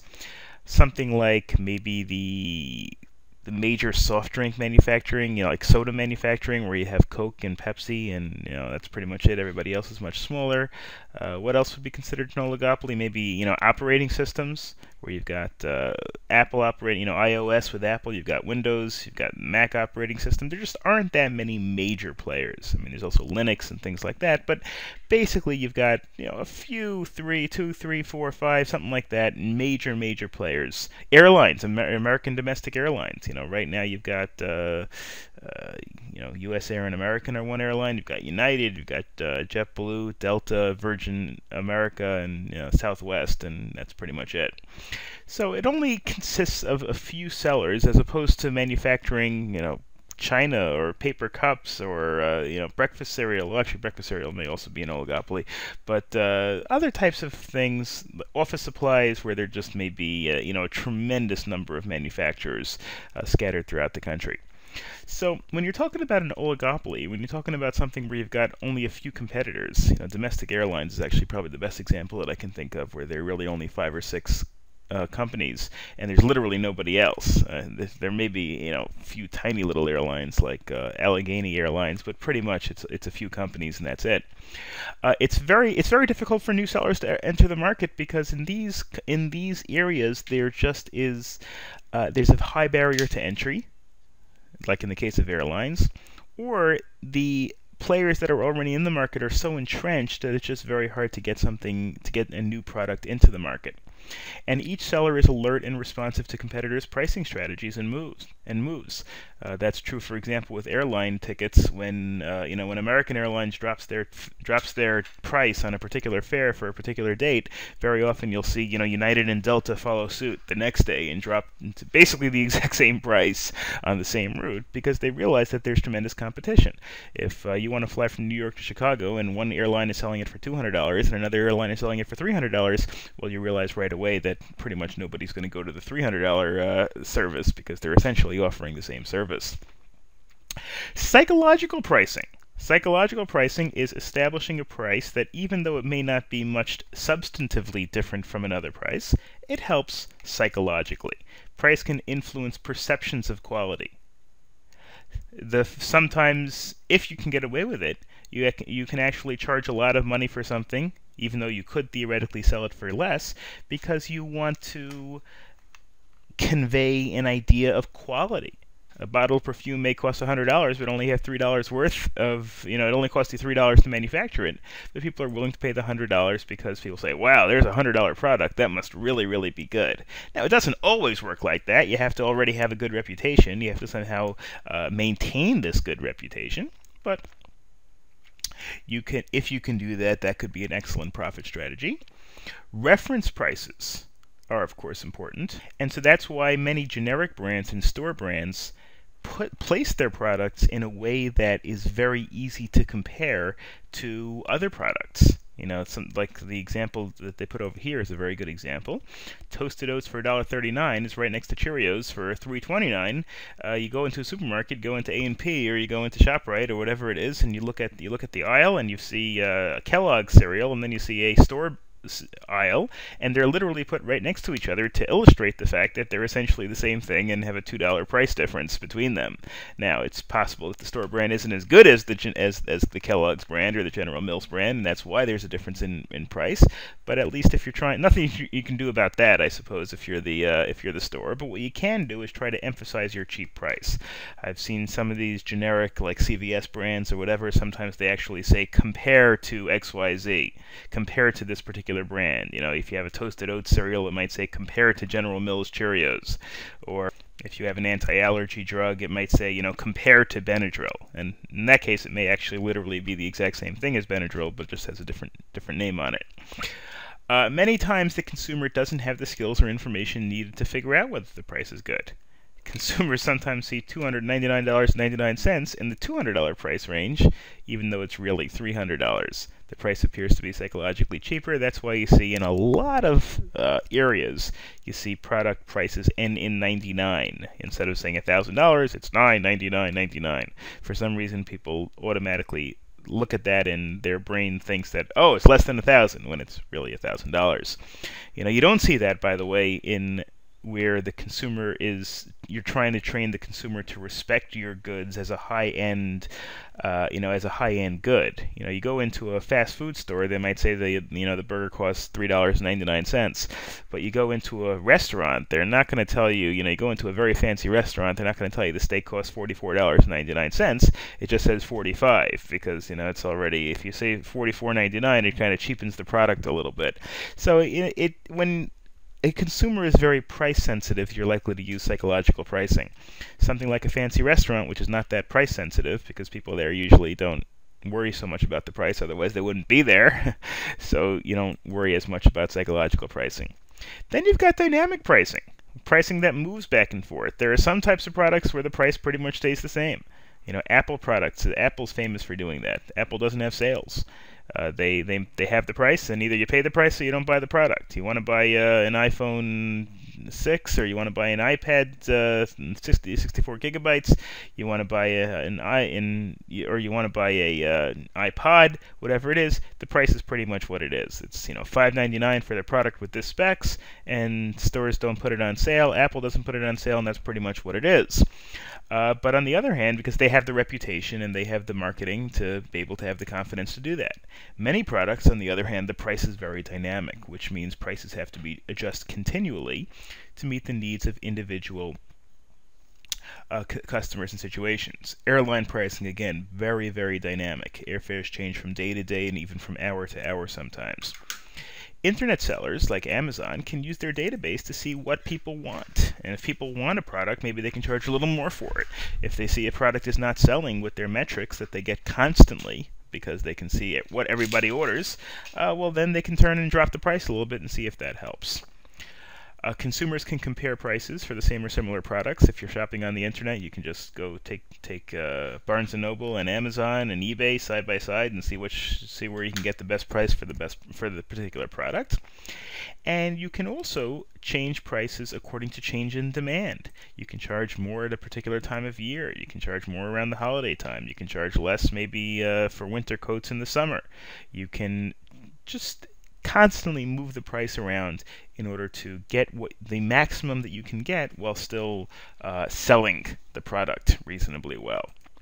Then we got a practice, an illegal practice, or, well, it's a little bit of an oversimplification. It's not necessarily illegal. There are various state and federal laws against it in some scenarios, but I don't know. I'm gonna change this from illegal to sometimes illegal because it's really not always illegal.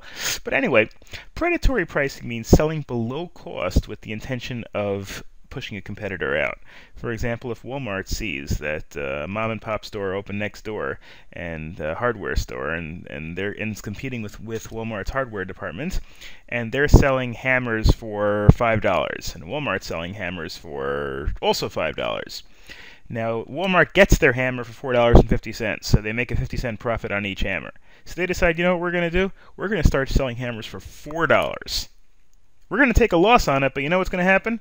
Everybody's going to come to us, and we're going to drive the hardware store out of business because we're going to undersell all their products. Even if we have to take a loss, it's worth it for us. We do this for a few months. We're going to drive our neighbor out of business, and then once our neighbor goes out of business, then we can do what we want because we don't have competition anymore. That's called predatory pricing. It could be done on a local level, or it could be done on a national level. A company wants to, an airline opens up and starts to offer a fare from New York to Florida that's really, really good service, and the big airlines say, we can't deal with this new competition, so what we're going to do is we're going to drop the price dramatically to where we're losing money on these routes, but we'll do this for a few months, we'll knock the competition out of business, and then we'll go back and we'll raise the price to whatever we want because we won't have competition anymore. It's difficult to establish predatory pricing because it's very hard to prove that a particular merchant is doing it for that reason. The merchant could be doing it because they need to sell these particular products. Walmart, for example, needs to sell the hammers before introducing a new line of hammers, or because they think that the product is not going to sell anyway. In other words, just because they're selling it at a loss doesn't mean they're doing it for predatory pricing. Maybe they see the product isn't selling at all, and they just need to get rid of it from the shelves in order to put something else on the shelf. So sometimes you sell things at a loss just to get rid of it, just to get it off your shelves. So a seller could be cutting prices below cost with the intention of punishing a competitor, but they could also sell below cost, such as unloading excess inventory. So you got to be careful about making a determination about whether a price in fact is predatory.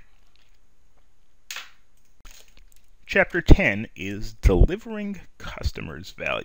That's important in terms of marketing because when you deliver customers value, you get a good reputation and customers come back.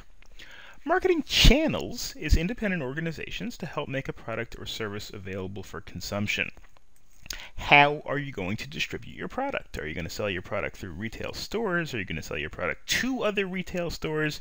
Are you going to sell your product only on the internet? Are you going to sell your product at trade shows? How are you going to market your product?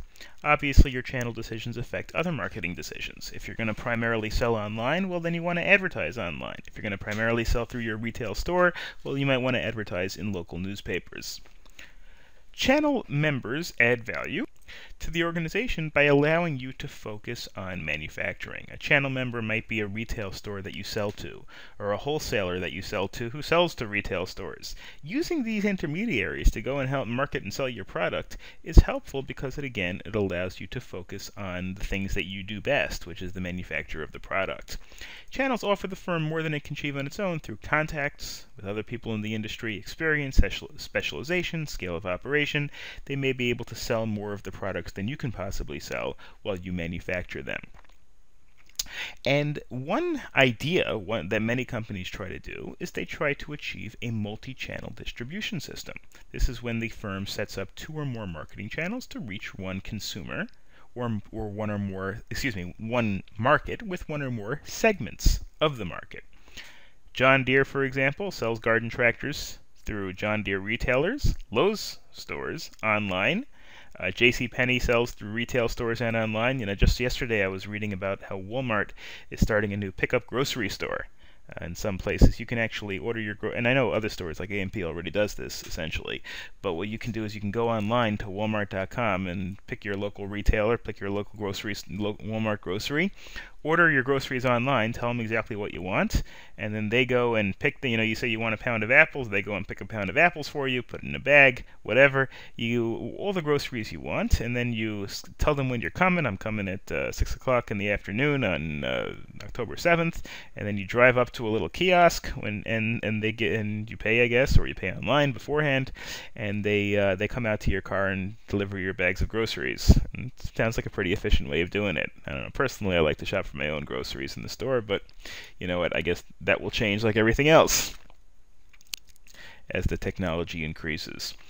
It offers many advantages to the producer to be able to distribute your products through so many different ways. You can go into the store, you can do it online, you can do it by phone, you can sell it to retailers, sell it to wholesalers, whatever, and it's also known as a hybrid marketing channel system because hybrid means a mixture of different tactics. Selective distribution is the idea of only allowing some channels to market some of your products. You might offer a whole bunch of products, but one of them is only distributed by a particular store. I mean, for example, if you're Staples, you might produce many different products, but you might say, or if you're, I don't know, a company that manufactures office supplies, Triple M, let's say, and so you may market all sorts of different products, but maybe your line of Post-it notes can only be sold through a particular distributor, only be sold through Staples. You might make a deal with a distributor, with a retail store, to say, okay, in exchange for your selling all of our products, in exchange for your marketing our products, and maybe only having our products in your stores, we'll make an exclusivity with you that you're the only distributor that can sell this and this product. You can make deals. In other words, you can make 25 different products, and 24 of them might be available anywhere, online or in your own stores, wholesalers, retailers, whatever.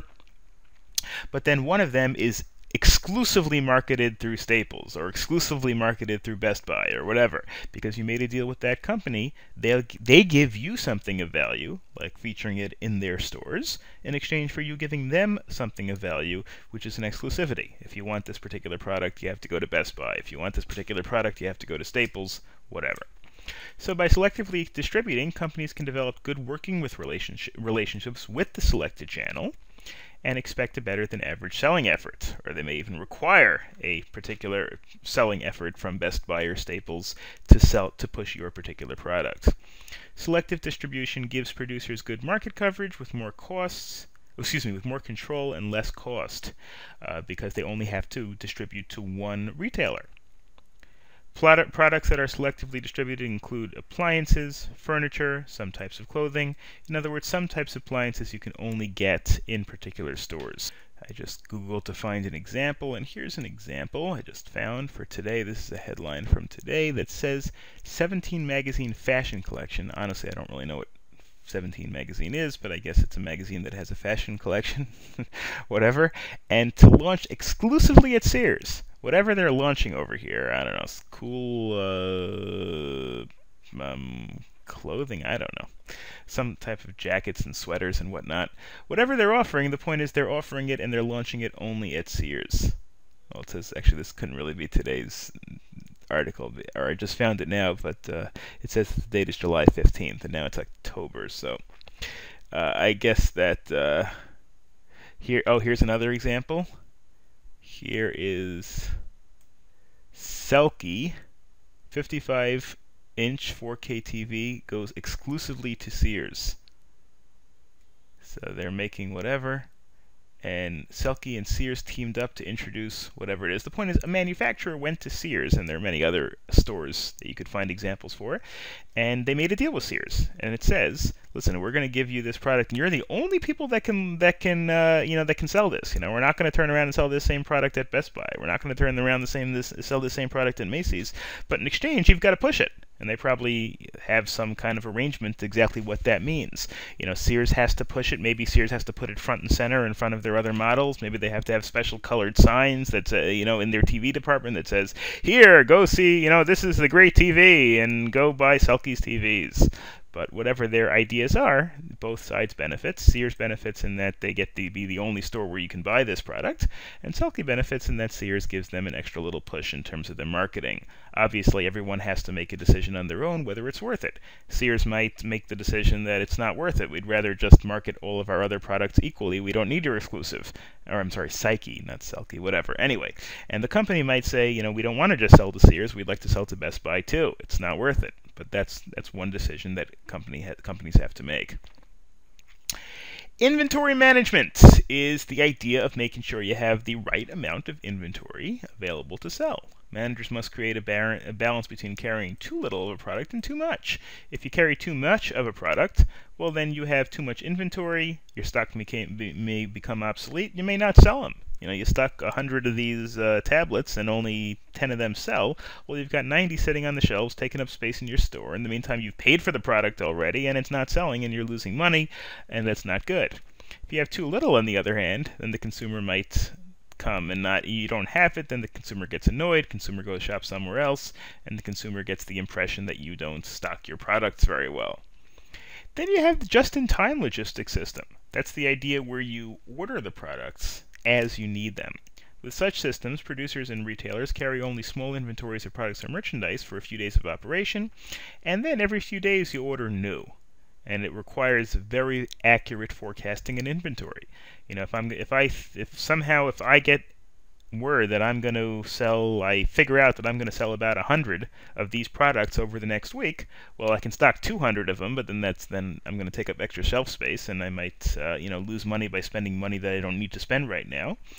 On the other hand, if I stock 105 of them, well, that's a little risky because I might run out. But if I have very good numbers and very good data from history that predicts exactly how many I'm going to sell, I may have the ability to manage my inventory very precisely.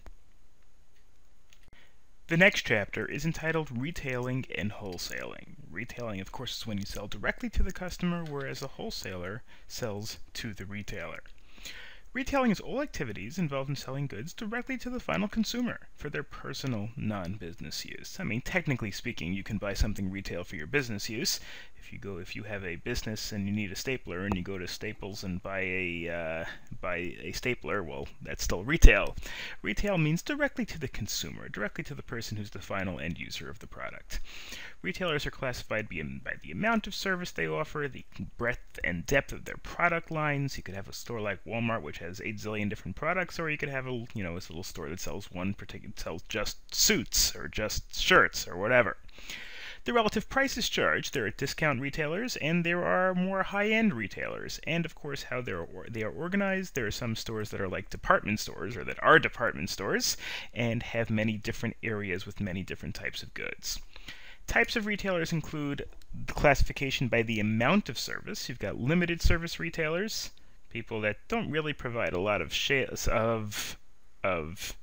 assistance, but they provide some level of assistance. They provide more sales assistance as they carry more goods, but basically they're not going to give you full service. I mean, really, the truth is the order of this is a little confusing. I'm going to change the order over here. The lowest level is the self-service retailers. The self-service retailers are customers who go ahead and buy their own and don't really get much help. A big box retailer like Walmart, again, I keep using that example, but that's an example of a self-service retailer. You go down the aisle, you pick what you want, you come, you pay for it, you check it out. You're not going to get much in the way of service. There are limited service retailers, maybe department stores that have salespeople, but pretty much you're on your own, though you can ask for help. Then there are full-service retailers that carry more specialty goods that customers are weighted on. High-end clothing stores, Saks Fifth Avenue, something like that. You walk in, a salesperson comes over to you, what do you need, what can I get you, etc., etc. These are different types of retailers. Obviously, self-service retailers can charge a little bit less than full-service retailers because they have less to pay in terms of salespeople. Then you can also look at retailers based on what they sell. You can look at them in terms of specialty stores, department stores, or supermarkets. Specialty stores sell individual products. Radio Shack sells electronics. Clothing stores sell clothing, of course. There are department stores that have different departments for many different types of services. Clothing, home furnishing, household goods. Macy's, Sears, JCPenney, of course, are examples of department stores. And then there are supermarkets, which carry a large variety of low-cost, low-margin groceries. Grocery stores carry food usually, but also other little items, and they charge relatively low prices, and they make very little in terms of profit on each individual item, but they try to make it up in volume. They try to sell a tremendous number of groceries to people in order to make up for their relatively low margins. Then you have convenience stores, which have a small number of high turnover goods that people need, maybe not necessarily looking for sales. A 7-Eleven, a Circle K, something like that. These chains, you go in not because you're looking to save money necessarily, but because you need a particular item, and they have that particular item. It's not as complex as a supermarket. You walk in, you get, a Slurpee or whatever it is, or a bag of chips. You just walk in, walk out, relatively high turnover. These things go very quickly, and they try to make it up in terms of getting a lot of customers. Then you have superstores. Superstores are bigger than supermarkets, and they offer things that include food, but also include household items, items regarding cars, furnishings, clothing, all sorts of things. Walmart, Best Buy, well, Best Buy maybe not as good an example. I would say Target and Walmart are the two top examples that I could think of. Best Buy and, Barnes & Noble is a little bit more of a specialty store. I'm going to cross out Barnes & Noble here because Barnes & Noble is more specialty.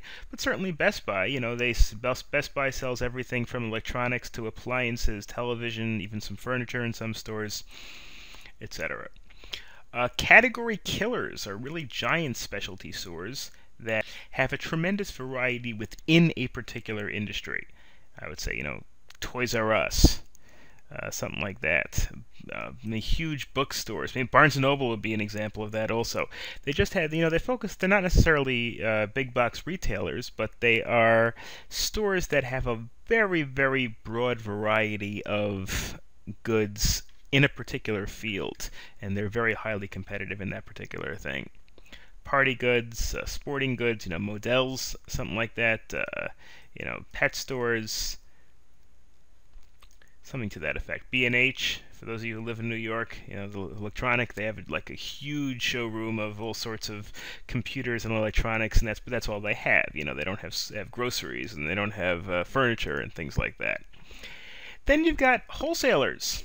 Wholesalers sell directly to the retailers. These includes all activities that sell to those buying for resale or business use. People buy them in order to turn around and resell them. Wholesalers add value for the producers by performing one or more channel functions. They channel it directly to the retailers. If I'm producing a whole bunch of, if I'm producing 10 million widgets in my factory, well, selling them directly to Best Buy and to Target and to Walmart is not so easy.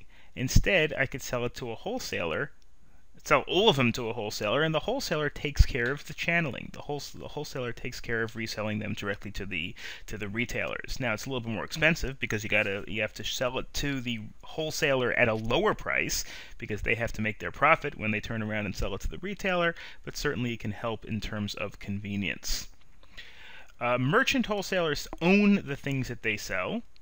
And this is the largest group of wholesalers. Basically, if you are a wholesaler in breakfast cereal, for example, well, you go to Kellogg's, and Kellogg sells you 1 million, boxes of Cheerios, and then you turn around and sell 100,000 of them to ShopRite, and 100,000 of them to Pathmark, and 100,000 of them to A&P, and 100,000 of them to Kroger's, 100,000 of them to Albertsons, whatever. So you're selling directly to the retailers. That is a merchant wholesaler. But you actually own it. You actually own the 1 million boxes of cereal before you turn around and sell them. And if you don't sell them for whatever reason, then you got to eat them, literally and figuratively. Yuck, yuck. Okay, then you have agents or brokers. Agents or brokers serve as liaisons. They don't really take control. They don't take ownership of the goods. Instead, they just facilitate the selling directly to the retailers. And they specialize by product or by a customer type. They may, book agents that facilitate the sale from the publisher to, Barnes & Noble or something like that would be one example. Then you have shopping centers or shopping malls. And in the old days, shopping centers used to be in the center part of town. You'd have your department stores, you'd have your specialty stores, you'd have your movie theaters, your banks, whatever. But instead, and since people have moved out to the suburbs, you don't really have so much a town center as you used to. You don't have, downtown you still have in big cities, but you don't necessarily have that in suburbs.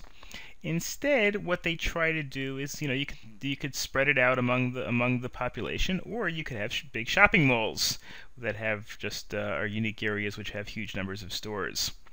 And developers built malls and provided underground parking, etc., to try to revive central shopping areas where people go when they need all sorts of goods.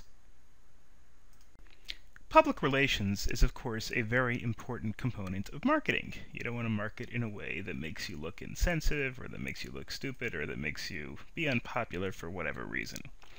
So marketers use different strategies, first of all, when it comes to children. That's a very important distinction between advertising to children and advertising towards adults. First of all, marketers can create special messages that are geared towards children and more appealing to them. They can use a personality symbol from which children can relate to. Maybe an athlete, maybe a cartoon character, maybe a superhero, something like that.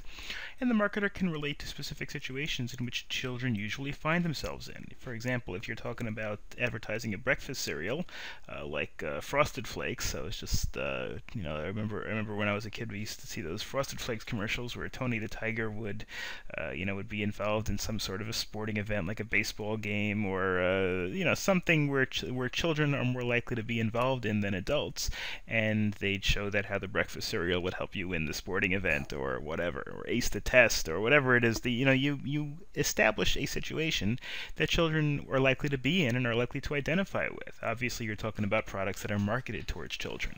And again, maybe sporting products, maybe breakfast cereals, candy, that sort of thing. A personality symbol is a character that represents the product which the consumer can relate. You may hire an athlete, hire an entertainer, somebody to endorse your product. That would be an example of a personality symbol. What are some of the things that you have to determine when you make an advertising decision? First of all, you want to maximize your reach. You want to maximize the percentage of people that are going to be exposed to an ad campaign during a period of time. Do you want to put it in the newspaper? Do you want to put it on the internet? Again, you have to look at your target market. Does a lot of your target market access the internet? Does a lot of your target market read the local newspaper? You know, which part of the internet? Are you going to advertise on Facebook, or advertise on Google, or advertise on a local news station? Are you going to advertise in the local newspaper? What percentage of your market actually reads that? Frequency. Number of times the person is exposed to the advertisement. Do you want to run it once and you figure the customer only needs to be exposed to it once in order to think it's a good idea? Or do you want to try to expose the customer to it 10 different times by running the ad over and over and over again? Obviously, that costs more money, but it also has a greater chance of impacting the customer. Media impact. What is your message that you're establishing over the advertised medium? How believable is the message, and how much will the customer be impacted? If you make your ad funny or clever, on the one hand you may distract attention from the message, but on the other hand you're a lot more likely to captivate the attention of the listener. Also, you want to look at timing. Marketers have to decide how to schedule their advertisements. If you're looking at something, for example, that's relevant to children, you may want to schedule it in the afternoon, if it's on radio or on TV, something like that. If you're talking about something that is focused on young adults, you may want to try to run in radio or TV advertisement in the evening, where they're most likely to be home from work. And if you're talking about elderly people, then maybe the middle of the day would be fine, because maybe a lot of them are retired. So, I mean, here's an example. During Hanukkah time over here, ads from numerous marketers are seen more frequently, like in Jewish newspapers, for example. That would be one example here.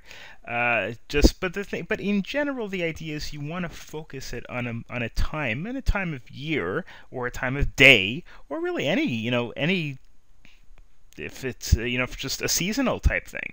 If you're talking about vacation spots, you might want to advertise it in the summer when the kids are off from school and people can go, or in the spring when people are planning their summer vacation. Advertising a summer getaway spot in the middle of December might not, people might forget about it by the time they're planning their summer vacations. And of course, there are changing paradigms in communication. Some marketers predict a marketing chaos scenario where old traditional mass media model, things like newspaper advertisements and maybe even television advertisements, and we see, you see that they're kind of falling apart to the point where the new methods by which you get your word out are on the internet and through apps, through sponsoring websites, through sponsoring videos. That's the sort of shift that you see towards in terms of advertising. And other experts believe there'll be a more gradual shift. Generally, I think you still see both. You still see a lot of newspaper and television advertisements, but certainly there's a lot more in terms of if you want to advertise your product, going on Facebook, going on Google, and advertising it that way certainly is becoming a preferred medium for many types of businesses. Chapter 13 is about personal selling and sales promotion. Personal selling is a different type of marketing. Personal selling is when you go to the buyer individually and try to sell them on your product. Obviously, normally you just have a store and the customer comes in, or you advertise on the radio or on internet or whatever it is, and the customer, newspapers, customer comes in. But also, if you're trying to sell to a large enough customer, you're trying to sell to a retail store, you're trying to sell to a wholesaler, or even a buyer who has a really big order, you may want to designate someone to go personally meet them, personally call them, personally communicate with them. And that is really a sales force. Now, to manage a sales force, obviously the first thing you got to do is you figure out whether you want to have a sales force, and how big a sales force is. Sales force can be just a few people. A sales force can be tens of thousands of people for a company that does millions and millions of dollars worth of business, or even billions of dollars worth of business every year. Increasing the sales force size will, of course, increase costs because you have to pay salaries and you have to pay the logistics for the individual salespeople. But of course, it will also increase sales because now you have individuals going out and making sales in person rather than just making sales through advertising. Obviously, sales by person should be more effective. And a workload approach can be useful in determining how big a sales force you need. What are the major accounts that you need to deal with? If you have huge accounts, it may be smart to establish a salesperson to deal with accounts of that size, and determining the number of people to call on each of the account the desired number of times. Do you need to call every major account once a week? Do you need to call them twice a week? Do you need to call them once a month? Do you need to email them once in a while? Making a determination of how many accounts you have, how much contact each one needs, how much time that takes, will give you an idea of how many people you need to make these sales. So the first thing is you need to train, or the second thing, after determining what kind of a sales force you want, the second thing is you need to train your sales force. To train your sales force can be done one time, and it can be done repeatedly. You can constantly establish new training programs. Advantage of a training sales program is, of course, it helps make more salespeople knowledgeable and motivated in terms of the needs of their customers. It gives them a leg up on techniques for selling the product effectively. It gives them information about the company's objectives and the strategies that are relevant. Giving the salespeople training gives them information about your company, information about skills and techniques that are going to be necessary to help them do their sales job, and it gives them time, or it gives them expertise in finding out what they need to find out about their customer. Obviously, the disadvantage of training in general is that it consumes a lot of time, and therefore it is very expensive. It's expensive because you have to pay the salaries of the people that are getting trained at the time that they're getting trained, and also you have to pay the salaries of the trainers, whoever actually does the training. Managing a sales force is the third step. You've got a sales force, you have it the correct size, they're trained, well, now you got to manage them. You want to encourage the salespeople to work hard. How do you get the salespeople to work hard? You've got a fleet of 25 salespeople who are supposed to go out and sell your widgets to retailers around the country. Well, they've got to go and they have to find the correct numbers, they have to call them, leave messages, email follow-up, maybe visit them sometimes, fly out there, arrange meetings. Not so easy to be a salesperson. Sometimes you have to cold call people who are not interested in your message, and you have to make them interested in your message. Maybe you have to go to conferences where where consumers come in order to look for services like this. Maybe if you sell tech products or tablets or whatever it is, maybe you can go to a tech conference where people are there looking for technological products, and you can set up a booth, which is also, of course, expensive. These companies and these conferences charge a lot of money for you to set up a booth there, and setting up the booth itself and paying the salaries of the people that are going to man the booth are fairly expensive. But how can you motivate your sales force to do what is necessary? Number one, you can have a good organizational climate. If the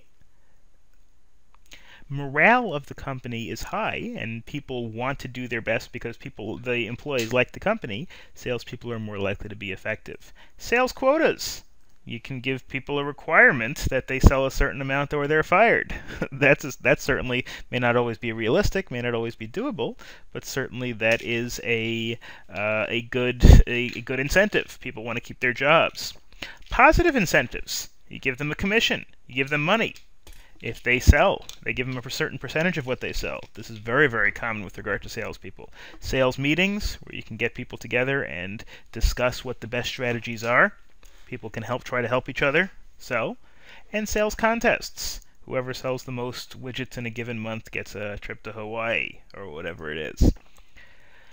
The organizational climate is, of course, very, very important. It's one of those 5 factors, but we're going to discuss that in a little bit more detail.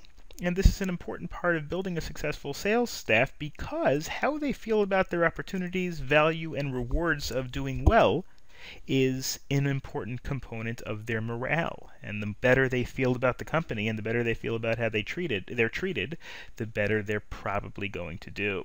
When they're treated as special contributors and have great opportunities for income and to make more money to get promoted, their sales performance, generally speaking, will be higher.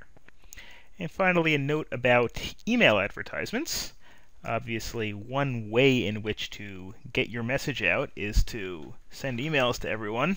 You can just send emails to millions of email addresses that you harvest from some list. That sometimes they refer to that as spam, where you just send out blind emails to everybody, and hope that a few of them will actually look at it. You figure if you send it out to 1 million different people, which is not that difficult with these lists in today's day and age, even if 999,900 of them ignore you, you could still be doing okay. Now, in order to be successful at all, emails are probably going to have something more than just say, we've got a great product, come to us, because people get zillions and zillions of emails. A lot of them get picked off by spam blockers, which is true that you have to figure out a way. If you're going to advertise by email, you have to figure out a way to get around spam blockers. But that's another issue that, honestly, I really couldn't help you with. It's a little bit beyond the scope of this course, but that's really a technical issue. But email advertisements that are successful, to the extent they are successful, obviously you want them to be targeted. You don't want them just be to everybody in the world. Maybe you want them targeted towards people who have solicited information from your company in the past. But also email advertisements that use animation, interactive links, streaming videos, personalized messages can help capture the attention of the people reading the email. And they can also become an effective advertising, but again, you do have to distinguish yourself from general spam. People that get more and more email tend to resent promotional clutter and spam that come in, but maybe if you can send targeted emails with really good content to people who have previously indicated an interest in your company, that can help be an effective advertising medium as well. The next section is going to really continue on the same theme as the previous chapter. The previous chapter was about individual salespeople.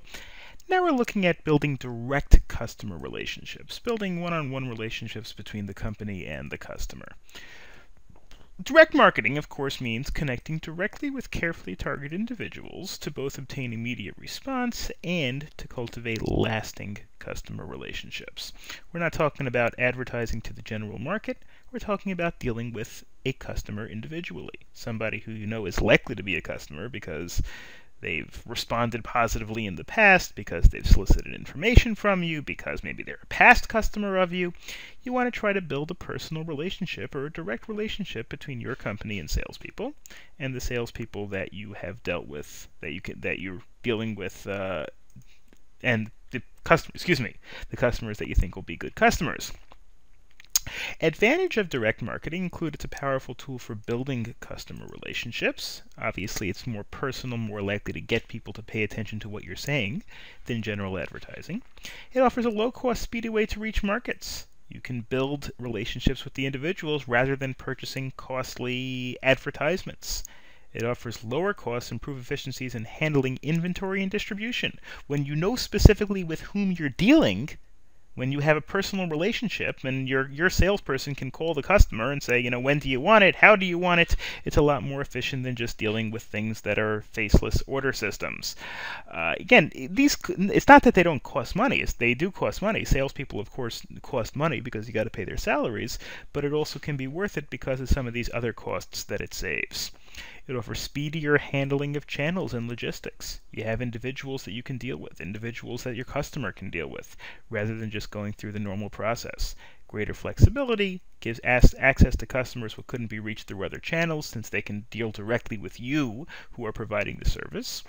And click-only companies, like .coms, people that only operate online, can save money on retail space. Doesn't even have to be. It could also be a services company that fixes your website but only operates in cyberspace, doesn't have a storefront. You can have salespeople deal directly with the customers without having to go through an actual store. Some companies use direct marketing as their only or primary approach. Amazon, eBay, Geico, Dell. These companies don't run radio advertisements. Television, well, actually Dell does, I think. But Amazon, eBay, maybe they run some TV advertisements, but certainly their primary method of advertising is direct. They deal with the customer directly, the person they're looking for directly. Amazon.com, you want to buy something, you go to Amazon.com directly and you order it directly from Amazon.com. You don't order something that Amazon sold to a store. I mean, stores can also buy from Amazon, but primarily when you want something from Amazon, you go directly to Amazon. You don't go to a third party. Geico also, many insurance companies deal primarily through insurance agents. Geico, generally speaking, if you want to use Geico, they encourage you to go directly to geico.com and use them that way. Same thing with eBay and many of these other, Hewlett-Packard, Dell. You go straight to these companies' websites, fill out your orders, and get it that way. Catalogs are another way in which to market. Not quite direct, since catalogs are designed to be given to a large number of people, but you design a catalog so that you can give to potential customers so that they can get their information and then later contact you with what they are interested in. Direct marketing through print, video, or digital catalogs that are mailed to specific customers, maybe a customer who has filled out an online contact request or was a customer of yours in the past. And it can be made available in stores. The catalogs can, very often you see that, you go into a store and you see a circular, you see something with advertising their products, or they could be online, which is also very efficient. Catalog marketing trends, and one of the trends is, probably the single most important trend regarding catalogs, is that they're going digital. It doesn't cost anything to produce. I mean, it costs to produce, but it doesn't cost anything to distribute. To distribute a physical catalog, you have to mail it, you have to pay printing costs, shipping costs. It may cost a lot of money to print, especially if it's color and it's glossy. On the other hand, to send somebody an online catalog costs nothing. You just email them the link to the online catalog. And it allows real-time merchandising. You can send links directly to people as soon as they tell you that they're interested. You can literally just shoot them an email right away, or you can have the email directly from your website, which makes it even easier. Print catalogs, however, are still the primary medium for catalogs. Many companies, I shouldn't say most, but certainly many companies still use print catalogs. There's still the Sears catalog, which in the old days used to be the synonymous with one of the best catalogs. They still have it, although again today you can get it online as well. Printed catalogs are more effective at creating an emotional connection and can be used to lead customers to online catalogs. If you're sitting around flipping around if on the couch, you may take out a print catalog and flip it around, whereas flipping around a virtual catalog, not quite as easy. Other things in terms of direct advertising include blogs. A blog is short for a weblog, which is a daily journal of entries where you post about pretty much anything. And you can discuss anything you like, but you can use it to hawk your product. If people read your blog because you have politics in it or sports or whatever it is that people like, you can also say, oh, by the way, I've got this, this product that I'm selling, and you can reach people that way. Obviously, you want to keep your content interesting. You don't want to make your product into one big your blog into one big advertisement, because then people aren't going to come as much. But the point is that you can use a blog, especially if it's interesting, to reach people. Sometimes if you're a company that's a media company, you give them news stories and you give them news analysis so that they should come, and while they're there, you figure out a way to get them some advertising. So many topics are discussed in blogs: baseball, politics, money, I mean pretty much everything. And there could be narrower topics, news, there could be family news. You could have a blog just for your particular family, where other people may not be interested in, but and in these blogs, you can advertise products. There's also, of course, online advertising, which you're marketing through search engines or you're marketing through Facebook or whatever it is, because consumers are spending more and more time on the internet, and media ads are effective in engaging viewers. Sometimes you have to, in order to load a page or watch a video on YouTube, you have to watch a short video commercial of something else, and as long as these commercials captivate your viewers' attention, they can be very effective. And there are many ways to advertise online and reach many consumers than ever before. You can, like I mentioned before, you can pay Facebook to promote a post about your product. You can pay Google to list your, link higher in the sponsored links. There are all sorts of different ways to get the word out about your product online without ever going to a newspaper or radio or television, anything like that. as we head toward the end of the course, now we look at things that are a little bit more broad in perspective. And to this chapter, we're going to look at the global marketplace. We're going to be looking at different ideas regarding marketing, not so much on the individual level, which is what we focused on, but on the global level. That's why it's called the global marketplace. And in order to understand the global marketplace, we need to look at economic communities. Economic communities are a group of nations organized to work towards a common goal in the regulation of international trade.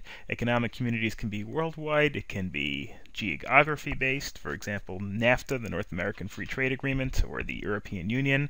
Those are geography-based economic communities. There are also economic communities that are based on similarity. For example, OPEC, the Organization of Petroleum Exporting Countries, is countries throughout the world, countries in the Middle East, countries in South America, Central America, countries in other places that happen to have oil resources. So economic communities are formed because they benefit member nations by reducing the barriers of free flow of services. Even within the United States, you can call the United States itself an economic community, since obviously things can be imported and exported back and forth between states, and the EU and the North American Free Trade Agreement, the Central American Free Trade Agreement, that's CAFTA, can also be considered economic communities. You make free trade rules apply for countries throughout each other's, in other words, to allow countries to import goods into each other, like NAFTA for the United States, allowing relatively free trade between Canada, the United States, and Mexico. Okay, now, so marketing strategies obviously also have to take into account this global structure. We can look at the marketing strategies as being the quote-unquote Americanized world cultures. Very often, American brands have power, have good reputations even in other countries. Multinational companies are criticized sometimes because they feel they're just globalizing their brands. Like Americanizing they're not just globalizing their brands, they're globalizing American culture. For example, Starbucks in China, people in Saudi Arabia watching American films. Again, this is not a criticism from an economic perspective. This is a criticism really from a social perspective, where countries like Saudi Arabia might not want American films to dominate their culture, and it's something that countries deal with. But from an economic perspective, it's very important because it gives, exporting American culture to these other countries certainly gives American companies like Starbucks and McDonald's, things like that, the ability to export goods and services to these countries. Teens in India watching NTV, McDonald's, there are 80 McDonald's in Beijing, just one in one Chinese city.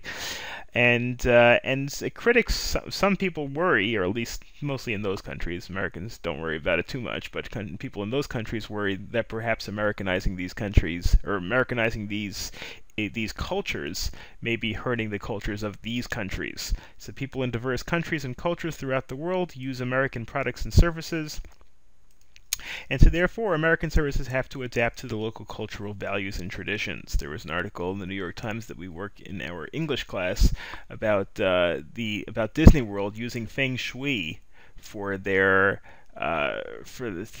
Disney World in Hong Kong. So again, that's just one example of using cultural norms in other places to try to adopt your products to those countries. And of course, the first thing you need to do when you decide to go into a market is a market entry strategy. How do you go ahead and get your products into that country? You can export your products directly to that country. You may have to deal with tariffs or taxes that are levied by that country, but you can export. It also may cost a lot in terms of shipping. You can joint venture.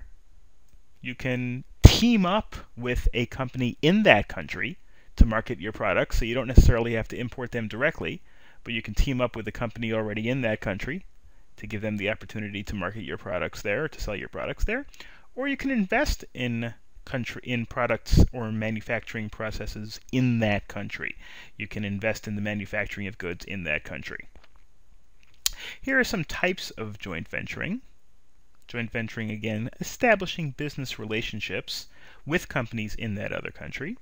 You can license, which you enter into an agreement that allows you to market products that you own in that other country or together with that other company. There's contract manufacturing, in which you have a product that you produce and you go out and hire some other country's factory to produce your product. Let's say Toyota wants to import cars to the United States, and so what it does is it builds a plant in in Kentucky or whatever, and hires American workers to build it. Hires American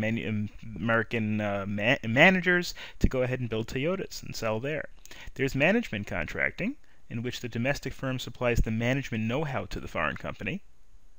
You go and I think there was a deal once between Mitsubishi and Chrysler, or Mitsubishi and Dodge, where cars would be under the exact same specs of Mitsubishi, but they would be marketed in the United States as Dodges. And then there's joint ownership, where a company joins investors in a foreign market to create a local business in which the firm shares joint ownership and control. Again, another car example, Daimler and Chrysler, where Chrysler and Daimler, who was the makers of Mercedes, actually merged and became one company, and they used their joint marketing practices in both countries. Here are some examples of licensing. British-owned Cadbury licenses Hershey to manufacture its chocolates, Cadbury chocolates, which are then manufactured and sold by Hershey in the United States. Contract manufacturing, an example would be Sears opening up department stores in other countries like Mexico and Spain. Management contracting, Hilton signing an agreement where its new luxury hotel in Thailand will be managed by a Thailand company, the CPN Pattaya Beach Company, that's well acquainted with Thai tourists and Thai culture and how to go about marketing a hotel in Thailand. And Hilton has an international reputation, and so that's what they bring to the table. Hilton brings their reputation to the table, where people from Europe or the United States coming into Thailand, they would be more comfortable staying at a Hilton. And on the other hand, the Thai company brings expertise to that. It brings the expertise to satisfy the Thai market. And then joint ownership, where Hershey created a joint venture with Godrej Beverages in India to allow them to distribute chocolate in India, and they need help from the local company to sell to locals in India. Now, setting prices is, of course, a lot different when you're talking about setting them in the United States and setting them in other countries. Companies have to adapt prices according to global markets.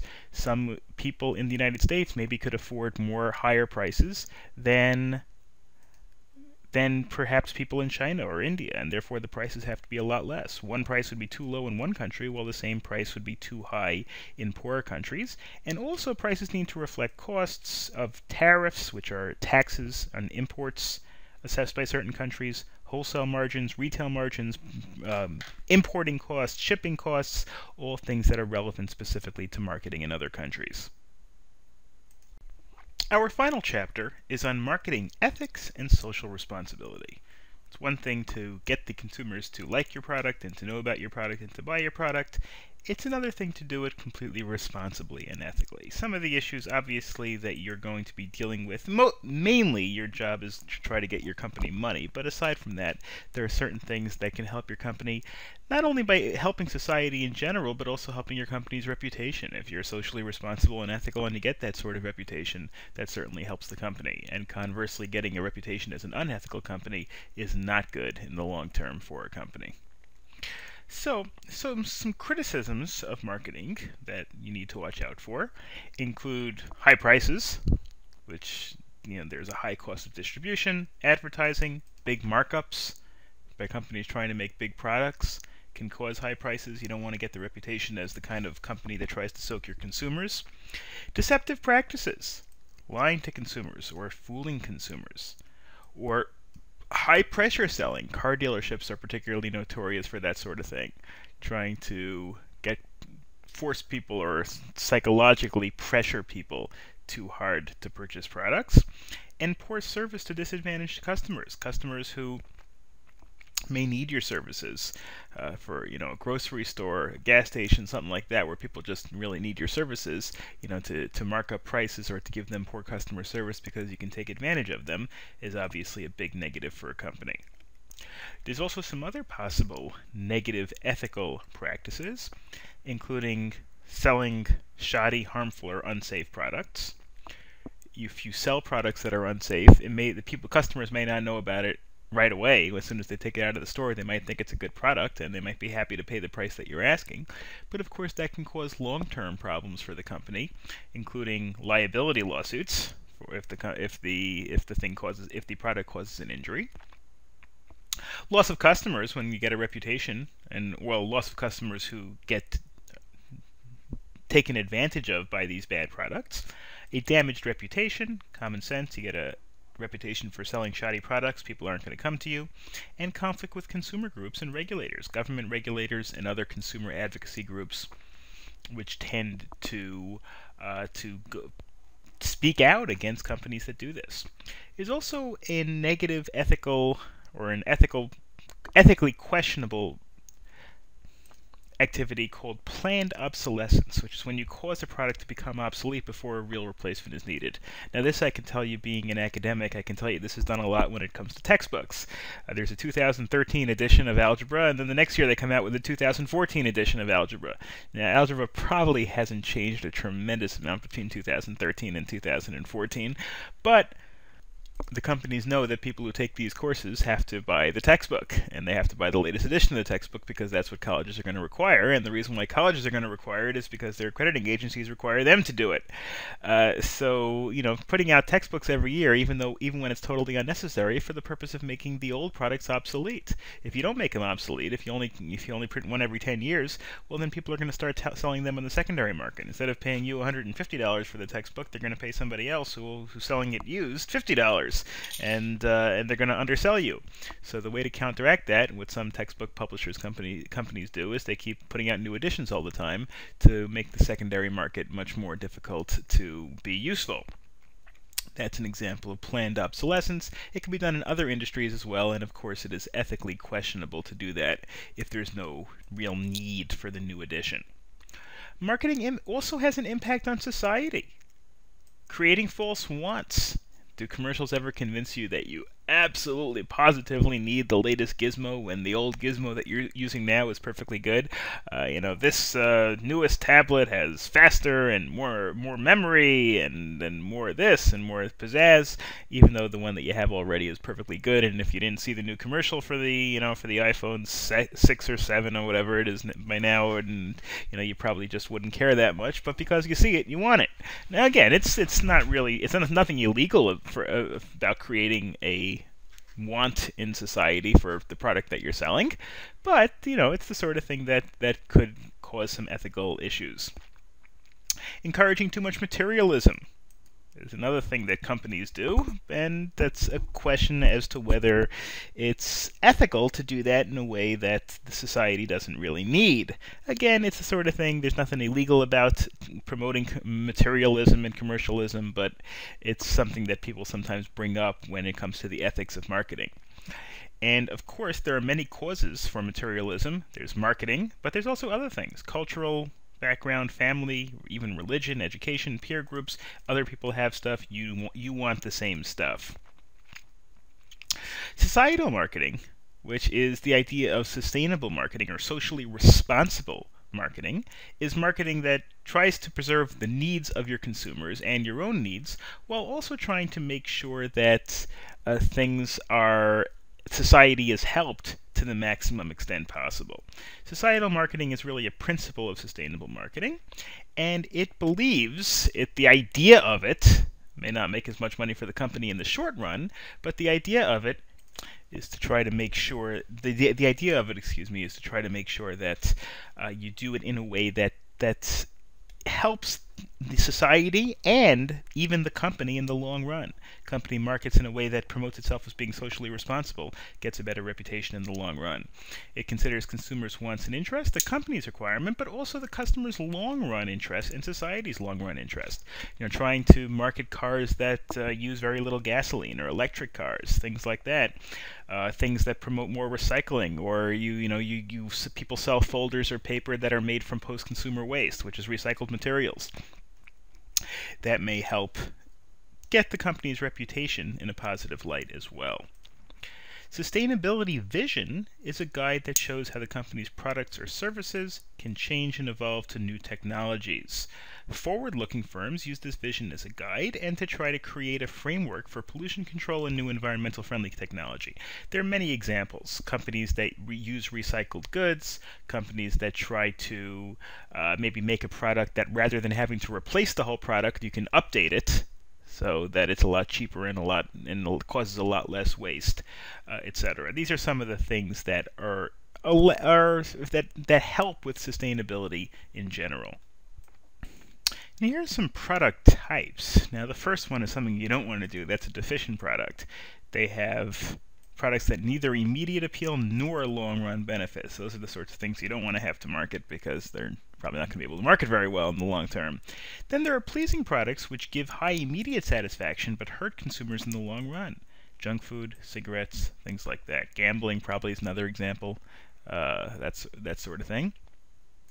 There are salutary products, which are companies with products with low immediate appeal but benefit customers in the long run. Bicycle helmets, insurance. You don't go to the store and says, "Oh wow, I can't wait to buy an insurance policy." But you know what? It could help your family and can help yourself in the long run if it's purchased correctly. And then there are desirable products, which have both. Give both high immediate satisfaction and long-run benefits, like tasty, nutritious breakfast food. Not sure if such a thing exists, but that's an example. And that is all that we have for the slides. That's all for the crash course. I hope you have found it useful. If you have any questions, please contact us, and thank you very much for listening.